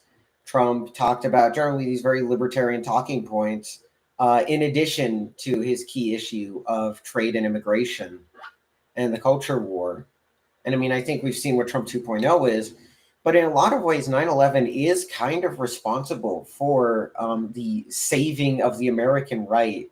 Again, Trump isn't perfect by all means. I think he's not even good. He's just the best we have. And when better options that are electable come along, we have to elect them. But without 9/11, you don't get the failures of the Iraq War, and you don't get Ron Paul. And if you don't get Ron Paul, you certainly don't get Donald Trump. Because without Ron Paul putting the message of these things in the American mind, that we don't have to have business as usual politics, we don't have to live like this, then you don't get Donald Trump saying, we're going to restore what we once had and that we don't have to live like this. And I think that's what people tend to forget about Ron Paul, particularly in the conservative sphere, is he's critical junction for many reasons, especially if you're on the dissident right, but he was supposed to be the person that was the separation from the political establishment that was running the country. And I think that's what matters most, and that we should remember the most about 9/11, alongside the lives lost in the towers, in those airliners, and in the Pentagon, is that without 9/11, we probably never would even have the ability to openly now bring up great replacement, to bring up the demographic shift, to bring up how the communist force that has been taking control of the United States up until maybe even this year has been taking control in such a way without being stuck on the fringes. We can now be in the mainstream. Without 9/11, I don't see that happening. So Yeah, and that's actually a good way to jump in. I've got earlier in the week, I had sent some questions out because I was curious to get your guys' perspective. We'll dig into them here in just a second. But for one thing, you've heard me and Arthur talk a little bit about what it was like as millennials to jump into the whole 9/11 experience it, and then how it was affecting society in that moment. But what I want to do, there's only so much we can say. / there's different mediums. Is so right now, I just want to pump his Substack. I've got the links there over in the description, and so you'll find it in there. But one, go check it out because he comes at it with a good military mind, and it's clear and level headed. But then two, boy, if you're looking for a way to just dig in and see what happened there that day and into the weeks and into the months and how it affected what we thought we had. I mean, this right here is one of my favorite memes about 9/11 because I don't know that you can get much better than that. The world you were born in no longer exists, and we, at least I didn't. Let's see, I would. Well, never mind. I don't want to completely age dox myself. I'll just say I was a millennial, and man, life was really, really good at that point. It probably is for most people at the age I'm talking about, but I mean, it was good, and then all of a sudden, it just, I think the biggest thing before that was freak show preachers thinking that we were either going to get raptured in 1999 or that we were all going to die in Y2K. But yeah, I forget about that time frame as well with the Y2K coming up and the go and stock up all your food and all the computers are going to crash. Yeah. And I was actually in Japan at the time, and it's like, well, so we hit 2000 before everybody else. So yep. I think we're going to be okay, guys. But yeah. No, you hit it right on the nail, Panda, that too many kind of can get into this rose-colored glasses idea. The past is always the greatest, and it was the most wonderful time. But truly, before 9/11 and after 9/11 is almost like a BC AD in terms of a lot of areas of life. I mean, for example, you try to tell someone of the younger generations about going to an airport and what it was like before, and it's like explaining that you went to Mars and what that was like, because it's a totally different experience now. Yeah. Or how you looked at things, and or just the way you were able to go through life, at least I guess, with the perspectives. One troubling thing for me on 9/11, and I believe Destroyer touched upon that with the demographic change, the massive demographic changes. This is kind of just a theory to me, but it really feels too that a lot of actions that happened after 9/11 were a great smokescreen and distraction from those changes. Because when you start looking at the numbers from certain areas of the world of how many were in the US, say in the year 2000, and how many are here now, and then you're noticing 140% increases, 210% increases, and you're saying, why did this happen? Why did all of a sudden we have to go invade the world and then invite all the world back to us? That's just the weirdest thing to me as a concept. It didn't make any sense. Yeah, it was on the question sheet. Go ahead. Yeah, I was going to say, just to lightly touch on one of the questions about wokeness and that arena. Did 9/11 start that? I remember that was one of the questions you put on the list. I don't want to say that it started it, no, but it accelerated it heavily, because we'd already kind of gone through in the 2000s, and even before that, with the critical race theory was kind of in the crib in its infancy. Multiculturalism was the big word thrown around. Rush Limbaugh was talking about how ridiculous that was, and the feminazis, the feminist movement, third waves, that was all there, but it was ridiculed still, and it wasn't taken seriously, except for at the the academic levels and your usual sources. And after 9/11, things, you just started noticing things. One of the biggest I noticed was all of a sudden, certain religions were now given this makeover. like, no, this is great, and it's peaceful, and this is not the true thing. And you're going, well, wait a minute, I've been to that area before, and they roll a certain way, Yep. and it is what it is, also at the same time, I remember on the aircraft carrier, you have what's called Bombers Row, and that's where a lot of the armaments, the bombs, obviously, are set up before getting connected to the aircraft for bombing runs. And so it's a big thing to go over and write helpful little suggestions and sayings on the bombs. No big deal. Didn't used to be a big deal. And then, of course, an embedded CNN reporter went over and saw what a couple of, young, energetic military members were writing on the bombs, took a few pictures, and they kind of made their way into the media sphere. And questions arose, and then it came from top down. Do not write anything derogatory. Do not write anything offensive. And I'm going, even at a young age, I'm saying, what's more offensive here? What's written on a bomb or what it does when it lands? Because it's like, where are we putting the onus on this? What's the priority here, really? And so that you did start to see the inklings of it. Sometimes pictures would pop out, from the field, and there would be a big uproar over it. And it's like, are you over here doing this stuff? Because this is totally normal. Welcome to the war. And it was, seen in a different angle and different perspectives. And it wasn't defended the way it was before. You didn't see people apologizing in Vietnam for things. You didn't see people apologizing in World War II. I mean, heck, the posters had the descriptors of the enemy and stuff, and there was no big problem there. But this was going to be the politically correct war in a way it felt. Yeah, and I think it's a point that you almost can't stress too hard without getting into. I really enjoy Ryan Dawson, but whatever. Without getting into all the conspiracies, without getting into Building 7 and who was really at fault and who benefited from it and all that. Just if we take the official story and we look at how the left ran with it and began to change everything and act like blue isn't blue, red is blue. You didn't hear foxes, you heard an owl, and just continue to take what you were looking at and tell you, no, you're wrong, which, I hate to use, forgive me for using these words, but I guess they're gaslighting or whatever that word is. It was just this. They're pissing down your absurd. leg. What's that?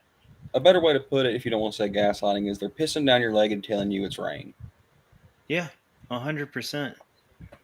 100%. And it was unbelievable. And I think, Arthur just nailed it when he's talking about the people who flew a plane into what was one of the most iconic cities in the U.S., who there for a second were recognized as evil, suddenly became misunderstood. And it was just this continual collapse of any sort of objectivity into, well, how do we understand them? And then it goes beyond how do we understand them to how do we take care of them? Because we have been wrong for so long. And it's wild. If you go back to Arthur, growing up, did you ever run into like the Time Life World War II books or the collections of the Annals of America, or like you would have encyclopedias in the 80s and 90s, and you could get these encyclopedic sets on the U.S. Civil War, on World War II, on World War I. And yep, I had them all. And you could still get them in the 2000s and early 2010s too. Yeah. Well, my father would get them for me. Well, and where I was headed with it is that when these were written, you could get whiffs of leftist ideas in them, but generally speaking, it was at the very least the most factual portion of the post-war consensus, or even sometimes you would get someone who is economically left, but who would try his damnedest to understand the Confederacy, or to say they were going the martyr maid route, right? The Daryl Cooper route, where why would good German men act in this manner? And you could still get that up until, we'll be a little bit arbitrary and say 2004, when all of a sudden um, it was this weird thing of, it's under the guise of, we need to understand these people, but what that meant is, you've done everything wrong and we're going to tell you now how you're supposed to act. And so it was just this changing of morality and of objectivity. And so we're still using the same words, but all of a sudden, what had been objective, that we should try to understand people and see how that affected their interplay with the objective morality, it was now, we need to understand people regardless of how they're interacting with objective morality. It's the understanding of them that is the objective morality.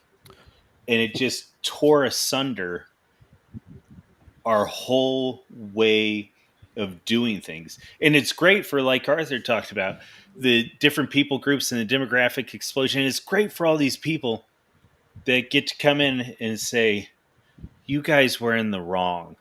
You should be taking care of us. And that's all we do. The amount of money, the Patel cartel, and the fact that folks can come in here and start businesses under the SBA and have access to things that Americans don't, it's just the most absurd way of operating. And that is something that seemingly, as I remember it, was not going on until the early 2000s. And so it is this question, like, did 9/11 cause the woke? Probably not. But was it the whole, what's his name rules for radicals, Alinsky? Was it the whole idea of never let a catastrophe go to waste? It was absolutely that. And it's been that way now for 2 solid decades. Not just over here in the background where I'm almost done, but not just over here in the background where this is something that teachers and ivory tower folks would talk about, but now for the past 2 decades, it has been right here at the forefront. Sorry about that. Go on. Yeah. Well, I just want to provide a challenge here on the idea that woke's only been around for 2 decades. No. That's. Yeah, go ahead. No, that's not what we're saying. But no. I mean, case in point, you're saying, like, generally within stuff like when it came to World War II or Vietnam and treating the enemy derogatory, I disagree on the claim of Vietnam heavily, simply off the fact that I believe Vietnam was actually the first war we ever fought that was like a quote-unquote woke war. In many regards, I mean, outside of groups like the McNamara's 100,000 Morons, and the fact that the LBJ administration would require units to be a certain amount of colored people, to use the term of the time, which I still agree with. I mean, they're colored, but the fact that that was kind of required, and that all these race and sex things, because this is also the first war that we really saw like women in non-combat roles outside of like the auxiliary corps stuff we had in World War II, which was necessary. This was a war where we weren't really fighting a near peer power that required an all hands on deck war effort. This was a war in the background. In many ways, I would say, is the beginnings of woke and warfare in that regards lie in Vietnam. Case in point, you also have incidences like the way the media used events in Vietnam to turn the American public against a war that they were mandating all these things for anyways, like they did in the GWAT too. So it's really not hard for me to see, like, yes, I see where you're going with the GWAT and 9/11 being the origins of an unwasted catastrophe for woke Inc., but its origins are much, much older than just a couple decades, is what I'm trying to say. In that they have deep permeating consequences. And I think in many ways with the 70s and 80s and even the 90s, it was a bit more moderate, sure, but it was absolutely very much still there in many ways when you look at some of the things going on. I mean, let's not forget every president since Nixon has been labeled a Nazi. So, like, they've been doing it for ages. But it's the same playbook. But what part of what I'm talking about specifically is that there has been that, and I mean, folks can laugh. I'm a big fan of generational theory as well as cyclical issues within history. Having said that, what I'm trying to say is, yes, there were the detractors, and you saw many peaks of many peaks of conservatism, of traditionalism, and you saw many valleys of wokeness. But what you're talking about, the institutional wokeism, was just that. It was institutional. And so you can go through it and you can look at whether it was Hart-Celler, whether it was various leftist initiatives. These were forced down the throat of the American people, whether they wanted it or not. And then all of a sudden, in 2004, as the millennials, and in 2004 it's kind of arbitrary, but post 9/11, as the millennials are coming out of high school and they're coming out of college, there was this embrace of the woke ideas and its application, and that's what's been going on for the past 2 decades. And well, that gets into why it's unsustainable. But anyway, that's the delineation I'm making, is that it was no longer it was no longer a small cohort. It was no longer something that was systematic, but that didn't affect the general populace. This was the general populace embracing the leftist ideas. And that's something that seemingly happened post 9/11, to me at least. Arthur, you got any insight on that? No, exactly. And I don't want us to get wrapped around the axle of trying to pinpoint the exact origins of woke. It's, I mean, the whole ideology itself, it's been around. We could call it 100 years ago, to be arbitrary about it. But what we're trying to point out, in 2004, as you say, that's an excellent year, because that's actually the first year I remember getting sat down for mandatory diversity training in the military, and us getting talked about diversity is our strength, and this is great. Before that, of course, you knew that there were some set aside programs for people of color, or the marginalized, but it didn't affect it to the scale of it. The best way you could say is, yes, it was around, but it was the Saturday night midnight show that you didn't have to go to, didn't affect you too much, and then all of a sudden it became mandatory programming all day long, and it was the mantra. But to pull on a thread a little bit earlier, you were saying, Panda, about we need to understand the enemy. What I found the paradox of that, for myself, being a reader, lifelong learner, was right after it happened. I'm at the library picking up The Arab Mind by Raphael Patai. I'm picking up the books, from those cultures, those areas, because I want to learn about it. And they seem to not want you to learn too much about it. They didn't want you to understand too much, because they still needed the narratives of, well, we got to fight them over there, so we don't have to fight them over here, even though 9/11 in itself, at its core, never should have had people from the UAE, from Egypt, from Saudi Arabia. What were they doing in my country? Why was this allowed? And, that was kind of left to the wayside. Instead, we're getting told, well, they hate you for your freedoms. They hate you because, we have a hot topic in the mall. Go buy a Lexus or the terrorists win. And you just had so many things bombarded at you, to the point where all of a sudden they were trying to get you to believe that there was some Arab Thomas Jefferson 2 caves over from Osama bin Laden, just waiting to pop out, and magical liberal democracy is just going to explode across the region, because these Bedouin tribes of Sunni, Shiites, Kurds, and a multitude of other different ethnicities, different religious strains and sects, all of a sudden they're gonna vote with their little fingers, and it's just going to blossom into a utopian liberal democracy. And they actually thought we were supposed to believe that. It was simultaneously, we have to understand them, and they're no different than you.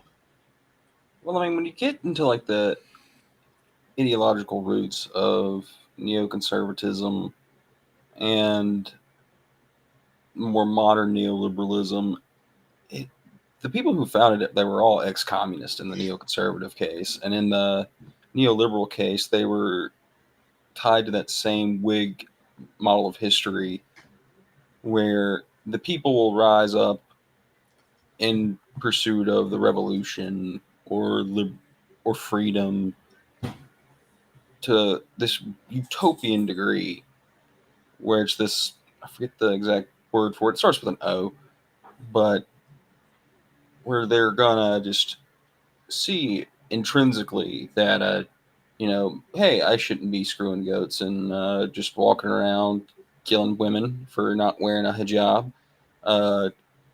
I want to vote and pay taxes to the IRS and have gays in my country.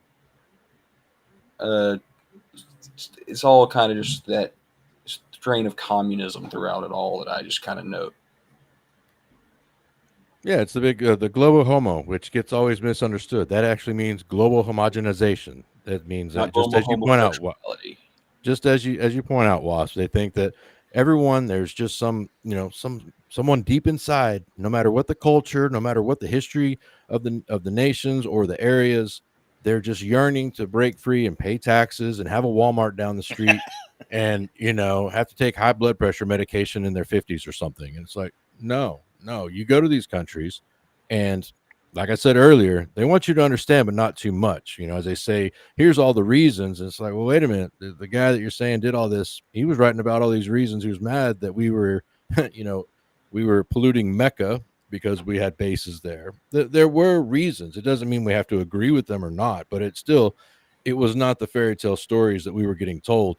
When I come home, like I said, I was overseas when it happened. I go on deployment. By the time I came back to the United States, I'd been away from the U.S. for 3 years. So I'd kind of missed the whole American media bubble after 9/11 all the way until almost 2003. And I get back and I got to hear from Aunt Thelma that, well, Al Qaeda wants to come here and take over Bossier City. But no, Al Qaeda does not want to take over. They're not going to come run East Texas here. That's not, well, Saddam is behind 9/11. No, where did you get that from? What are you talking about? And just all of these, once again, narratives and stories getting put out to scare the public because a scared public is easy to control. And it goes back to, as Wasp pointed out, with the neoconservatism, they came out with papers. They had the People for the New American Century. It was all outlined. They had beliefs that they were going to have some sort of democracy set up in Iraq and eventually Iran and Syria, everywhere else. And you're going, not to get into the conspiracy weirds, but it's like these people are supposed to be smart, and they thought this was actually going to work. You have, of course, your foreign intelligence agencies that we can swear up and down didn't know anything about what was going on, but nowadays we get told that they're able to put pagers into the pockets of anybody they want, and they've got agents everywhere, and they are the best on the ground there for intel. So I'm just trying to say that I do honestly believe that if that foreign agency knew, the intel agency, if they had information of what was happening, they might have just conveniently not let anybody know that needed to know about it. So it doesn't mean that they did it, but it does definitely means they might have known about it and just didn't do anything, let anybody know.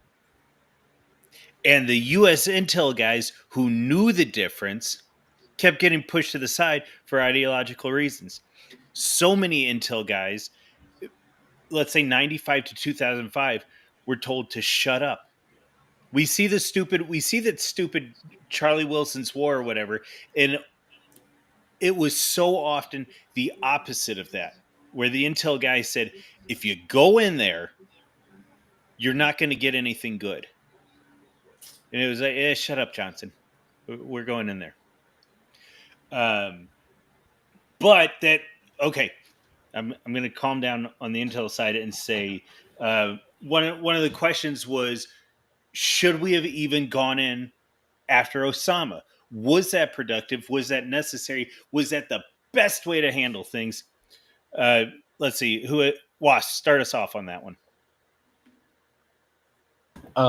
So are we talking about with Operation Anaconda in the opening days of Afghanistan? However you want to Bora. do it. Let's start with the simple question of should we even have pursued Osama through an international theater, and then build on that however you see fit. I don't know if you could not at that point, from a political standpoint. No matter who is in office, could have been Al Gore, could have been Donald Trump if he were the Reform Party candidate. I don't know how you let the guy who orchestrated, whether there was foreign involvement in not telling us or not. I don't know if you could at that point, if we're presuming 9/11 happens. So I think you kind of have to. I also think you could do it. You don't have to stick around for the next 20 years trying to make Afghanistan something it's not. And, you certainly don't have to let the Pakistanis get off for harboring the guy who, killed 2,000 Americans. For anything, you don't have to let them off for that. You don't have to go invade, but you also don't have to keep, backing the regime in Pakistan. Yeah, there's so many little things there where it's like, I don't think you couldn't, but I also think that you don't have to do what we did immediately after the opening days with Operation Anaconda and Tora Bora, where A, it was a failure, we let him get away. But also B, it's a failure that we stuck around long enough to realize and try to build Afghanistan into some Western liberal democracy that it was never going to be. Real quick, just because I know a lot of people have seen the press conference images of Trump looking very sad, but not many clips have been shared. I have finally found a clip that was shared, and it's Trump going, "We will crush you without mercy, and we will triumph without question." That's why we've renamed the Department of Defense to the Department of War. Is this in regards to Kirk? Where's I this don't know from? if it's in regards to Kirk, but I Okay. suspect that I think he's very much implying that he's planning to use National Guard here. Okay. To kind of tie that into where we are now, Yeah. this was a case where we were trying, and war is a political thing. I'm not under any delusions that it's not, but we were more trying to defend our ideology of like Western neoliberalism, neoconservatism, than we were trying to actually catch the son of a bitch who killed 2,000 Americans. We were trying to prove that our hegemony and its ideological basis was pure and good and would work, more than we were actually trying to achieve any real military goal at that point. Do you So real quick, go for it? here's. Oh, sorry. No, go for it. Well, I was just going to say that 9/11 happens, and yes, we were going to do something. Something was going to happen. There I was stationed in Guam at Anderson Air Force Base at the time with the helos. We were the only flying squadron there. It was just a couple of helicopters. So essentially, this base was a gas station. There was no permanent squadrons there. 1 week later, you've got about 35 KC-135 oil tankers there on the tarmac, and there was roughly about 6 B-2s. They'd sent those to Guam and also Diego Garcia. And so, as WASP points out, we didn't need to go and try to do a nation build. What's amazing to me now, looking back on over the summer with the B-2s and everyone kind of getting all, I guess, wonder-eyed about it, like, oh wow, it's like, do you not realize we've had B-2s for a long time? We could have just made it just a whole sheet of glass over in Afghanistan. We could have made Pakistan a sheet of glass. We could have sent in our special forces, SOCOM, everything else. It did not have to be this huge, futile 18 years of just grinding and supposedly thinking we were going to make them into Costco Americans one day. That wasn't the point. There was no purpose to doing that. So it was kind of amazing to look back and say all these supposed smart people thought that this was actually going to work. I can't recall, and maybe you remember, Panda, but wasn't one of the first names they wanted to be like Operation Crusader? And like at the last minute, they said, wait, we can't call it Crusader. Holy crap. Okay, we can't do that. But it almost got labeled that and pushed out the door as the packaging. Like, this is what it was going to be. It sounds familiar, but I'm not sure if that's because that's real or because it's a really good story. Hey, Destroyer, give us where you're at on what should have gone on with Osama before I jump in with where I'm headed. So, I think to the surprise of no one, as I very much take the position of entering Iraq and Afghanistan the way we did was a mistake, and not just it was a mistake and a good thing in many ways. But the way we should have handled Osama was in the olden days when somebody would commit a violent attack like that, like in the case of even just Gulf of Tonkin or Pearl Harbor or one of these kinds of events. I mean, yeah, we pull out all the stops on bludgeoning the bastards and flattening them, and most people wanted that because that was what American tradition was. However, we didn't get that. We got this very limp-wristed response, and in many ways, the Robert Heinlein quote of "No Department of Defense ever won a war" very much applies, just like it did in Vietnam, just like it did in Korea, and all these and other cases. And that America mostly spent much of the GWAT nation building, and the way we handled Osama was we didn't treat him like a terrorist. We just treated him like he was the guy who was running this country. And once we defeated his country and set up our country, we'd then get him on like a tribunal, or we'd kill him if we couldn't do that. The way we should have treated him was a bit more like how Trump treated al-Baghdadi, or the way Trump treated the Houthis, where you just go in, you drop a bunch of bombs, and then you get out. You don't really leave it. You don't really do any kind of invasion. You just leave it at that. Like, that would have been the correct response. Not this whole weird, we spent 11 years trying to find the guy. No, you find him quickly and you start dropping bombs. Yeah, fair enough. So that's more or less where I'm headed in that. Excuse me. What I've always told folks is the day we went from, or let me walk it back. Yes, get Osama. Issue being is that the day we went from wearing sneakers in Afghanistan to wearing combat boots in Afghanistan, that was the day that we lost sight of the goal. What I mean by that is just a reference to joking around about SOCOM special forces, whatever, wearing non-issued combat boots. And so when we moved from them to actual, not invasion forces, but occupying forces, it was stupid. All we needed to do was to track him down. Now, if he led us to, other issues with different countries, well, then follow the thread, sure. But instead, we didn't have Osama.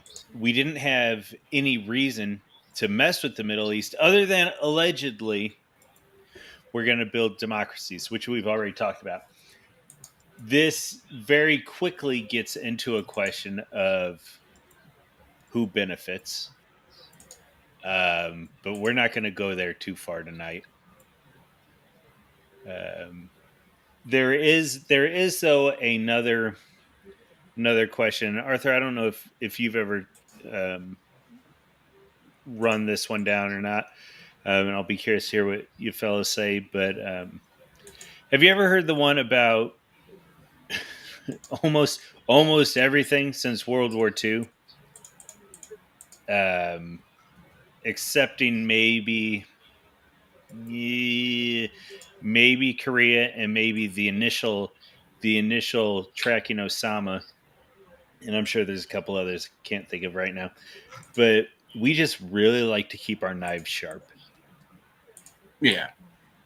And so that's what's occurring throughout the Middle East post 9/11 is we've been hurting for a good one to make sure that we could operate at a grand scale, and that's what we used it for.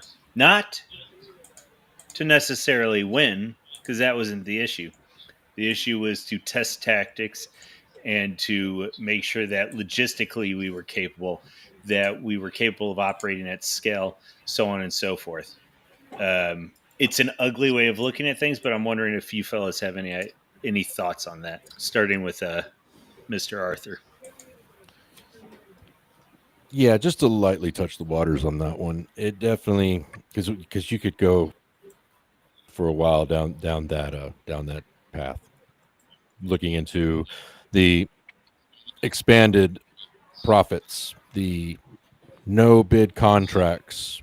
How many people benefited off of that? Everyone knows Halliburton, KBR, of course, General Atomics, General Dynamics, Lockheed Martin. I mean, it almost seemed in a way like, well, this is just too good, isn't it? Because we'd had the huge drawdown after the Cold War, a spat here and there, and Somalia, and of course Iraq War One, which was just kind of like the minor league game. It was really not a lot at all. The 100-hour war, and so this would be a chance to really get that equipment out there, see what's up with it, keep the knife sharp. So I can't fully, of course, get on board with that was the exact reason, but I can see that was a part of it, as be some benefits of that. And don't forget, we got the wonderful Patriot Act and a brand new shiny TSA. More benefits from this as well. I'm being sarcastic, of course, on that one. No, but it is an interesting. I mean, we look back and we talk about like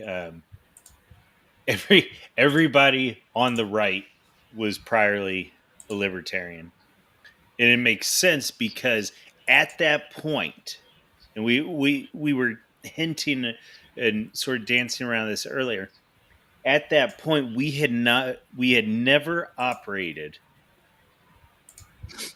except maybe the Civil War, in such a way where American freedom was so easily pushed to the side for domestic safety. And so whether it was, and I'm trying to remember, because there was the Patriot Act, but then there was also the various defense acts that then allowed Americans to be held without, doggone it, without going before a jury and so on. I want to say that was the 2011. Regardless, when this stuff started rolling out, this was an absolute change of face. And it's this question of, well, hold on, these guys in towels came and flew the plane into our building, but we're the ones that are supposed to give up all of our privacy, all of our constitutional rights. We're supposed to be standing here for these stupid pat downs.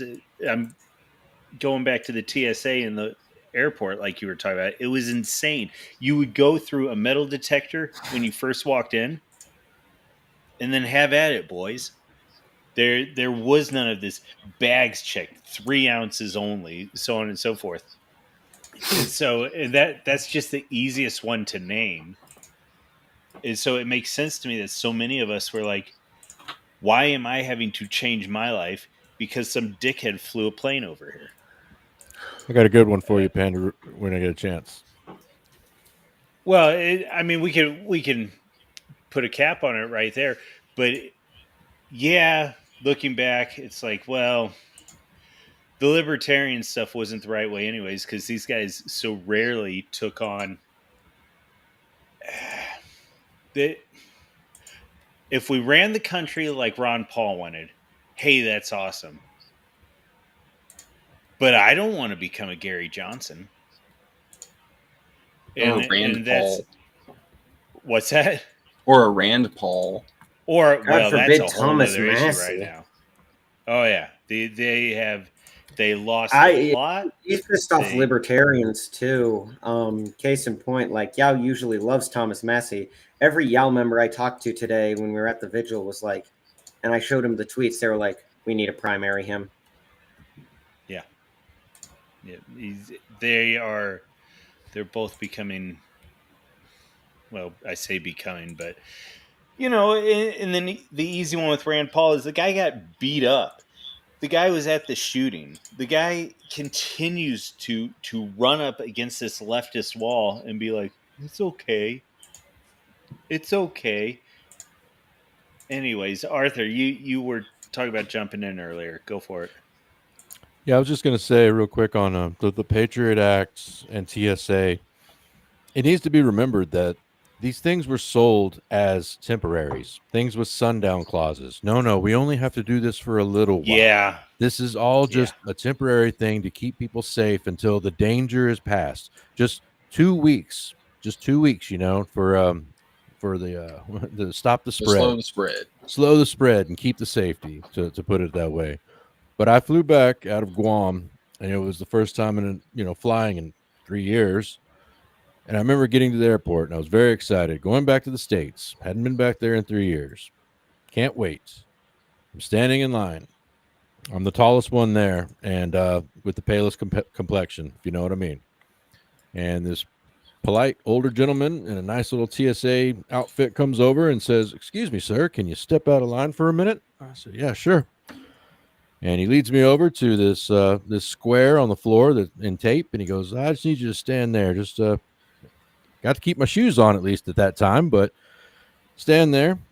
And he waves me and everything else, and then looks at me and says, "So are you PCSing, which is permanent change of station, or are you going on leave, which is, military vacation?"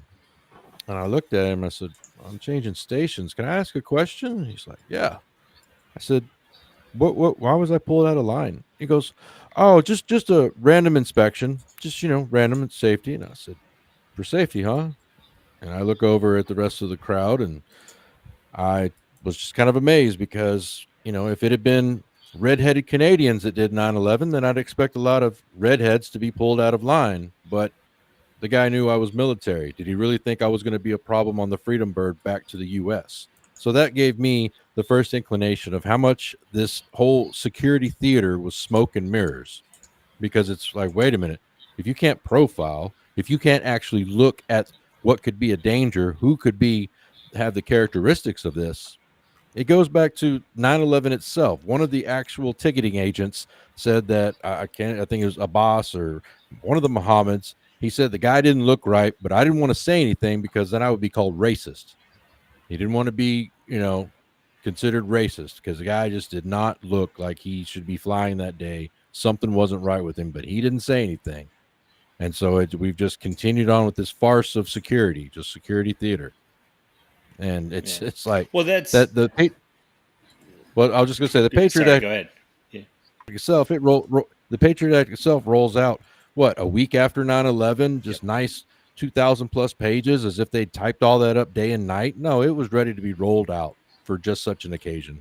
That's all I was gonna say. Well, and if they were effectively applying this stuff, well, then what's his name down at Fort Hood? I can't remember his name, but that would have never. There were all these little things that went on, and it's like, well, this either isn't being applied at all, which I know it is because I got to go stand in the stupid TSA line, or I have to deal with what's another one? I'm trying to think of something else where we're just used to it now. We don't even think about this stuff. I mean, TSA is the easiest, so I'm trying to think of something else. Some Metal sort of freedom that got for every damn public event.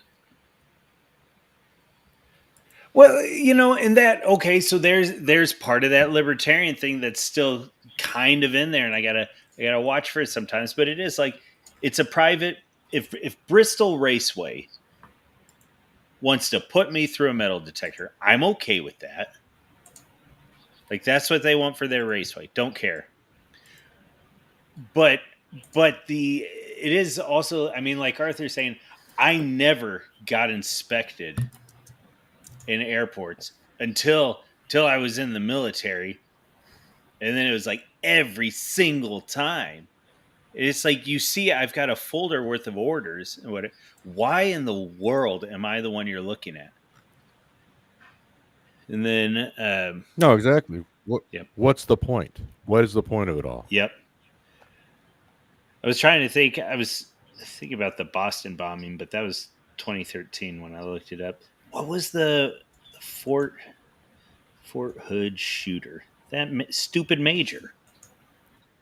Yeah, it was 2009. 2000? Major Hassan. Yes. And yep. And Many within his division, they'd had questions, but they also did not want to be seen as being discriminatory, even though he said many statements over and over about praise be to Allah and the great Satan of America and Americans. And it's like, this person is in uniform. Everyone sees this happening.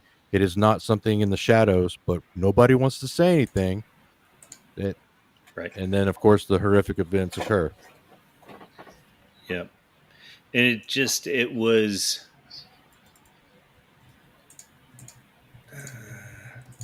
whatever, man. I'm trying to remember if I had any worthwhile questions. I feel like we did hit a lot of them, and just sort of in this weird way of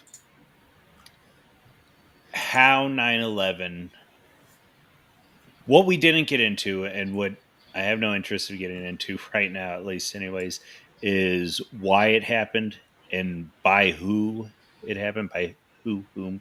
I never get that right. Regardless, what we saw was a push into an America that we had never known. And we all just had to smile and say, "Oh yeah, this is better times." And since then, for some of us like me and Destroyer, it's the only America we've ever known. Yeah. And that was, and so, one of the questions was, what's the generation's understanding of 9/11? And for you guys, I mean, is it too harsh a point to say that there almost isn't an understanding of 9/11 per se, because again, it's the only world you've ever known? I don't think it's harsh. 9/11 ushered in an America that now, with the demographic change, like over the summer when India and Pakistan were having their little skirmish, I made the joke here that we'll know if it really kicks off when we see the employees from the local 7-Eleven and the local AM/PM getting in a fight in the parking lot with machetes, because they're so ethnically diverse and different. And that was how it actually was in Britain, by the way. Like, there were actual brawls between Pakistanis and Indians in the street. Yes. Well, I would say too. I mean, isn't that what Canada was dealing with last year? Was between Sikhs? They're still dealing with it. Yeah, but it was blowing up in the media there for a minute. Was it Sikhs and? It's Sikhs and Indians. Oh, okay. Paggies. It was. Whatever. Asian subcontinent. Middleton in the chat. Listen, all I'm saying is God put a bunch of mountains around them for a reason, okay? Yeah, well, that's not. I mean, that's basically been the idea. There's a reason why. It's so trite to say, but it's like, oh, Afghanistan was never conquered, and it's like, yeah, and like nobody really cared. There wasn't really anything there for them. Okay, there might have been a pass through the mountains, but still. No, exactly. But just like Middleton put in the chat, security theater, said he hadn't heard the expression. There's little known reports that come out every single year from the TSA on how many weapons that make it through, because they supposedly test their security protocols. And not to get too crude about it, but we've all seen your average TSA employee, who they put in uniform. These are not the rocket scientists. These are not the security experts. And it is thousands of knives and I can't even remember how many guns every single year that go right through. And the scary thing is, they're just hoping upon hope that we just all get lucky. Because the problem is that one time that they don't ever, if they're not lucky, then it's just more justification for more money into TSA and more resources getting poured into it. They're like the teachers' unions, but more people somehow can die. So if you just here's keep putting one money into the system, then it'll work. Here's one for you, Arthur, and especially since you were in pre 9/11. Did you see the military go up post 9/11, go down, or not change at all? And stretch that however you want. So if you want to make a delineation at 2011 versus 2001 or whatever.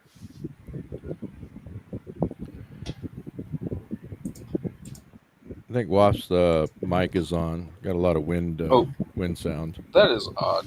Now, let me turn my fan off. Very sorry. No problem. In my state. Now, I do want to comment real quick on the state of the military and the perception of the military pre 9/11, post 9/11, because I came in before.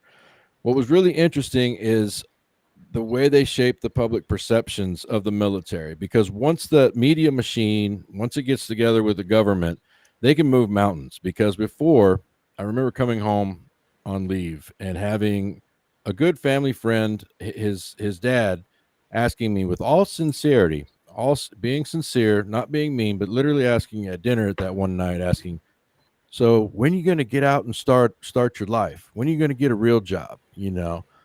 And I'm sitting there going, well, Mr. Johnson, I'm doing really good. I mean, I like it so far. At the time, I'm staying in a condo next to the beach in Guam. I mean, I'm living the life. I'm thinking this is great. But that perception of you only joined the military if you didn't have any better options, or you're doing it because where I grew up, at least, it was a duty. It was the thing that you should do. Everybody else, all the males in your family had done it. You do your service.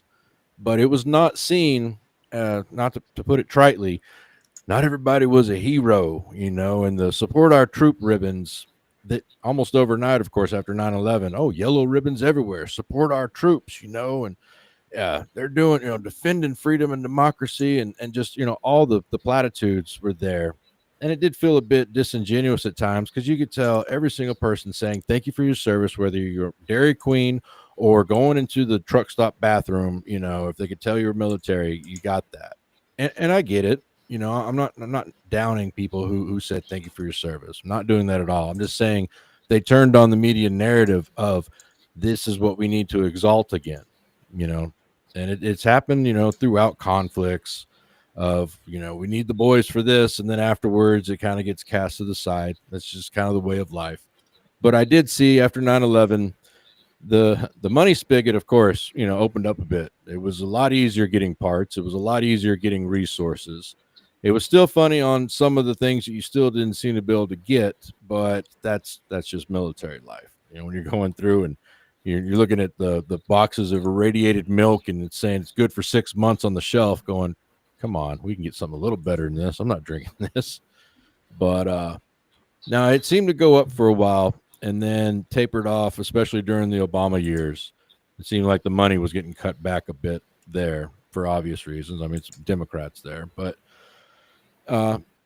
yeah, there was a difference. It just seemed like the resources were there for a bit. Now, of course, I'm talking from an aviation standpoint. I know that there were obviously problems with families having to send their own kit gear to their to kids and stuff, because just as Rumsfeld said, you go to war with the army you have, not the army you wish you had, which is a horrible thing to say, but okay. I mean, it's true. But so I think that it kind of depended on whose perspective, and things may change depending on where you were at the time, whether it was Marines and whatnot. Yeah, it was interesting. So I'm trying to figure out how many which relationships I want to divulge and so on. But I'll put it this way. Let me start it this way. The infantry, that's the only MOS I ever carried. It had a great time, and it very much was a grouping of thirds. A third of the guys, they just sucked, and they will always suck. And it wasn't just in a military setting; it was in life. These were guys who I don't know how they're going to survive at all, and to put a damper on it, but to dig into this, the post service have since how are we phrasing it? Self-deleted. And so that was a portion of the guys. Now, the next third of guys, we're relatively average to above average. And then the third after that were just stellar guys. If they weren't varsity ball players or something like that, they were wrestlers. They were just and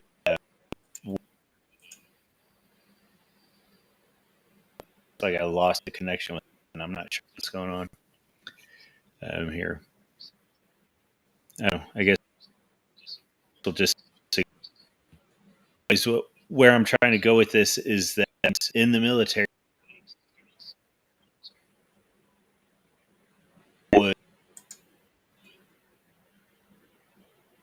dudes, and I don't know if it's close to anything. I don't know if that's the it's sensitive men trying to be idealistic and romantic, but overall, I had experience and really felt like I was surrounded by capable individuals. Is there were people in my greater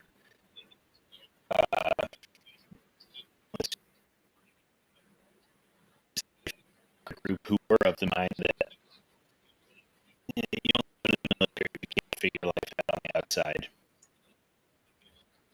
Some losers. Fun things was over the course of my career, be cruel because of the switch in which they say, well, we met decent folks in there, so anyway, with it. But I was super curious pre 9/11 and post 9/11. Yeah, I mean, post 9/11, you had a lot of motivated guys coming in for sure. Yep. I mean, that was for my generation. That's, you know, I mean, I got in a little bit early, but not that early before, and of course, it happened. So you had a lot of people joining that wanted to serve, that, you know, had the heart for it and stuff. So it could be seen. And I love that analogy, the way you put it, you know, the thirds of like, yeah, 1/3 of it, they're just not going to do well at all. And then that other half that, hey, this is good. And then you've got your stellar players, you got your all-stars. And that's pretty, I think that's kind of just maybe along the board across the branches. I think it kind of plays out that bit. Because, you know, the dirty little secret about the military is you can work as hard as you want, or you can, you know, slack off as much as you want, because, you know, for the most part, the cream is going to rise to the top. The people that are going to be going, I can do the jobs, I'll do more jobs. And the people that can sit back and say, well, I can kind of slide too. Yeah. I mean, I think that's with any job. And so you got those types as well. Yep. Very good. All right. Well, WASP Destroyer, you guys got anything to add on 9/11 or anything else we've talked about this evening? Nothing that wouldn't get the stream banned. Nothing that, like, yeah, basically nothing short of like the schizo Fed posting stuff, I would say. I've pretty much made, like, when it comes to 9/11, I think my kind of sign-off call is just going to be the usual one. Beware of the danger that war's first casualty is always liberty, and a bit more of a bog standard libertarian view to this, even though, as many people might be aware, I may work with them, but I'm not a libertarian myself in any way. Allies of circumstance and all that. But again, let's just take a moment to pray for those affected, obviously, both to Charlie Kirk and his family, and also to the victims of 9/11, as well as their families who are still grieving. I've had the opportunity to help 9/11 survivors, and I've also, for a long time, one of my closest family friends was someone who helped clean up Ground Zero on 9/11. So I am very much, you know, going to say, be careful. War's first casualties, usually your personal freedoms, like was discussed with the TSA. And to just remember, always take care of your loved ones, cherish the time you have. You never know when it may end. Is the best I can say, I think, for my sign off on this. And then I'm now going to do the obligatory shill that I think I have to do. If you wish to follow me on Twitter and or possibly see my own potential own version of my show, where I will possibly be setting one up, given that I feel as if it might be a good way for me to further expand my outreach and influence beyond just organizing. You can follow me at Not a Groiper on X, Not a Groiper _ no, I am not associated with Nicholas J. Fuentes. I'm not associated with the gay Mexican twink. To be clear on that one, I know people will see Groiper in a name and go, oh. He's not a Groiper. Not a Groiper, not at all. No. My shelf shilling because I have to do some work that I forgot I had to do today. You can follow me at Willie12 on Twitter, where you can see me say a lot of the stuff I want to say when I'm on the show, but I don't want to get Panda's channel banned. Fair enough. Go ahead, Arthur. Jump into some shilling, and then we'll take off. Yes, you can follow me on Twitter at Arthur Returns. And I also write on Substack, Arthur and Callie's Thoughts, where you can find many of my essays that expand out on things that I'm thinking about. But always a pleasure to be on the show, Panda. It was a good panel. Rest in peace, Charlie Kirk. Just God bless his family and everybody else. And, I just love like Jay Bird's thing. Hey, hang in there. The lie can't last forever. Yep.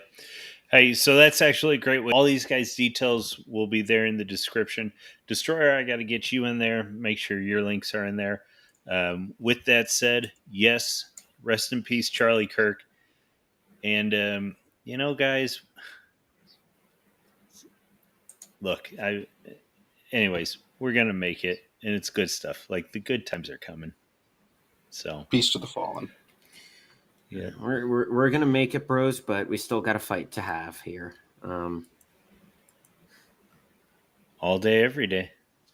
All right, gents, take it easy, and we will see you later. See you later.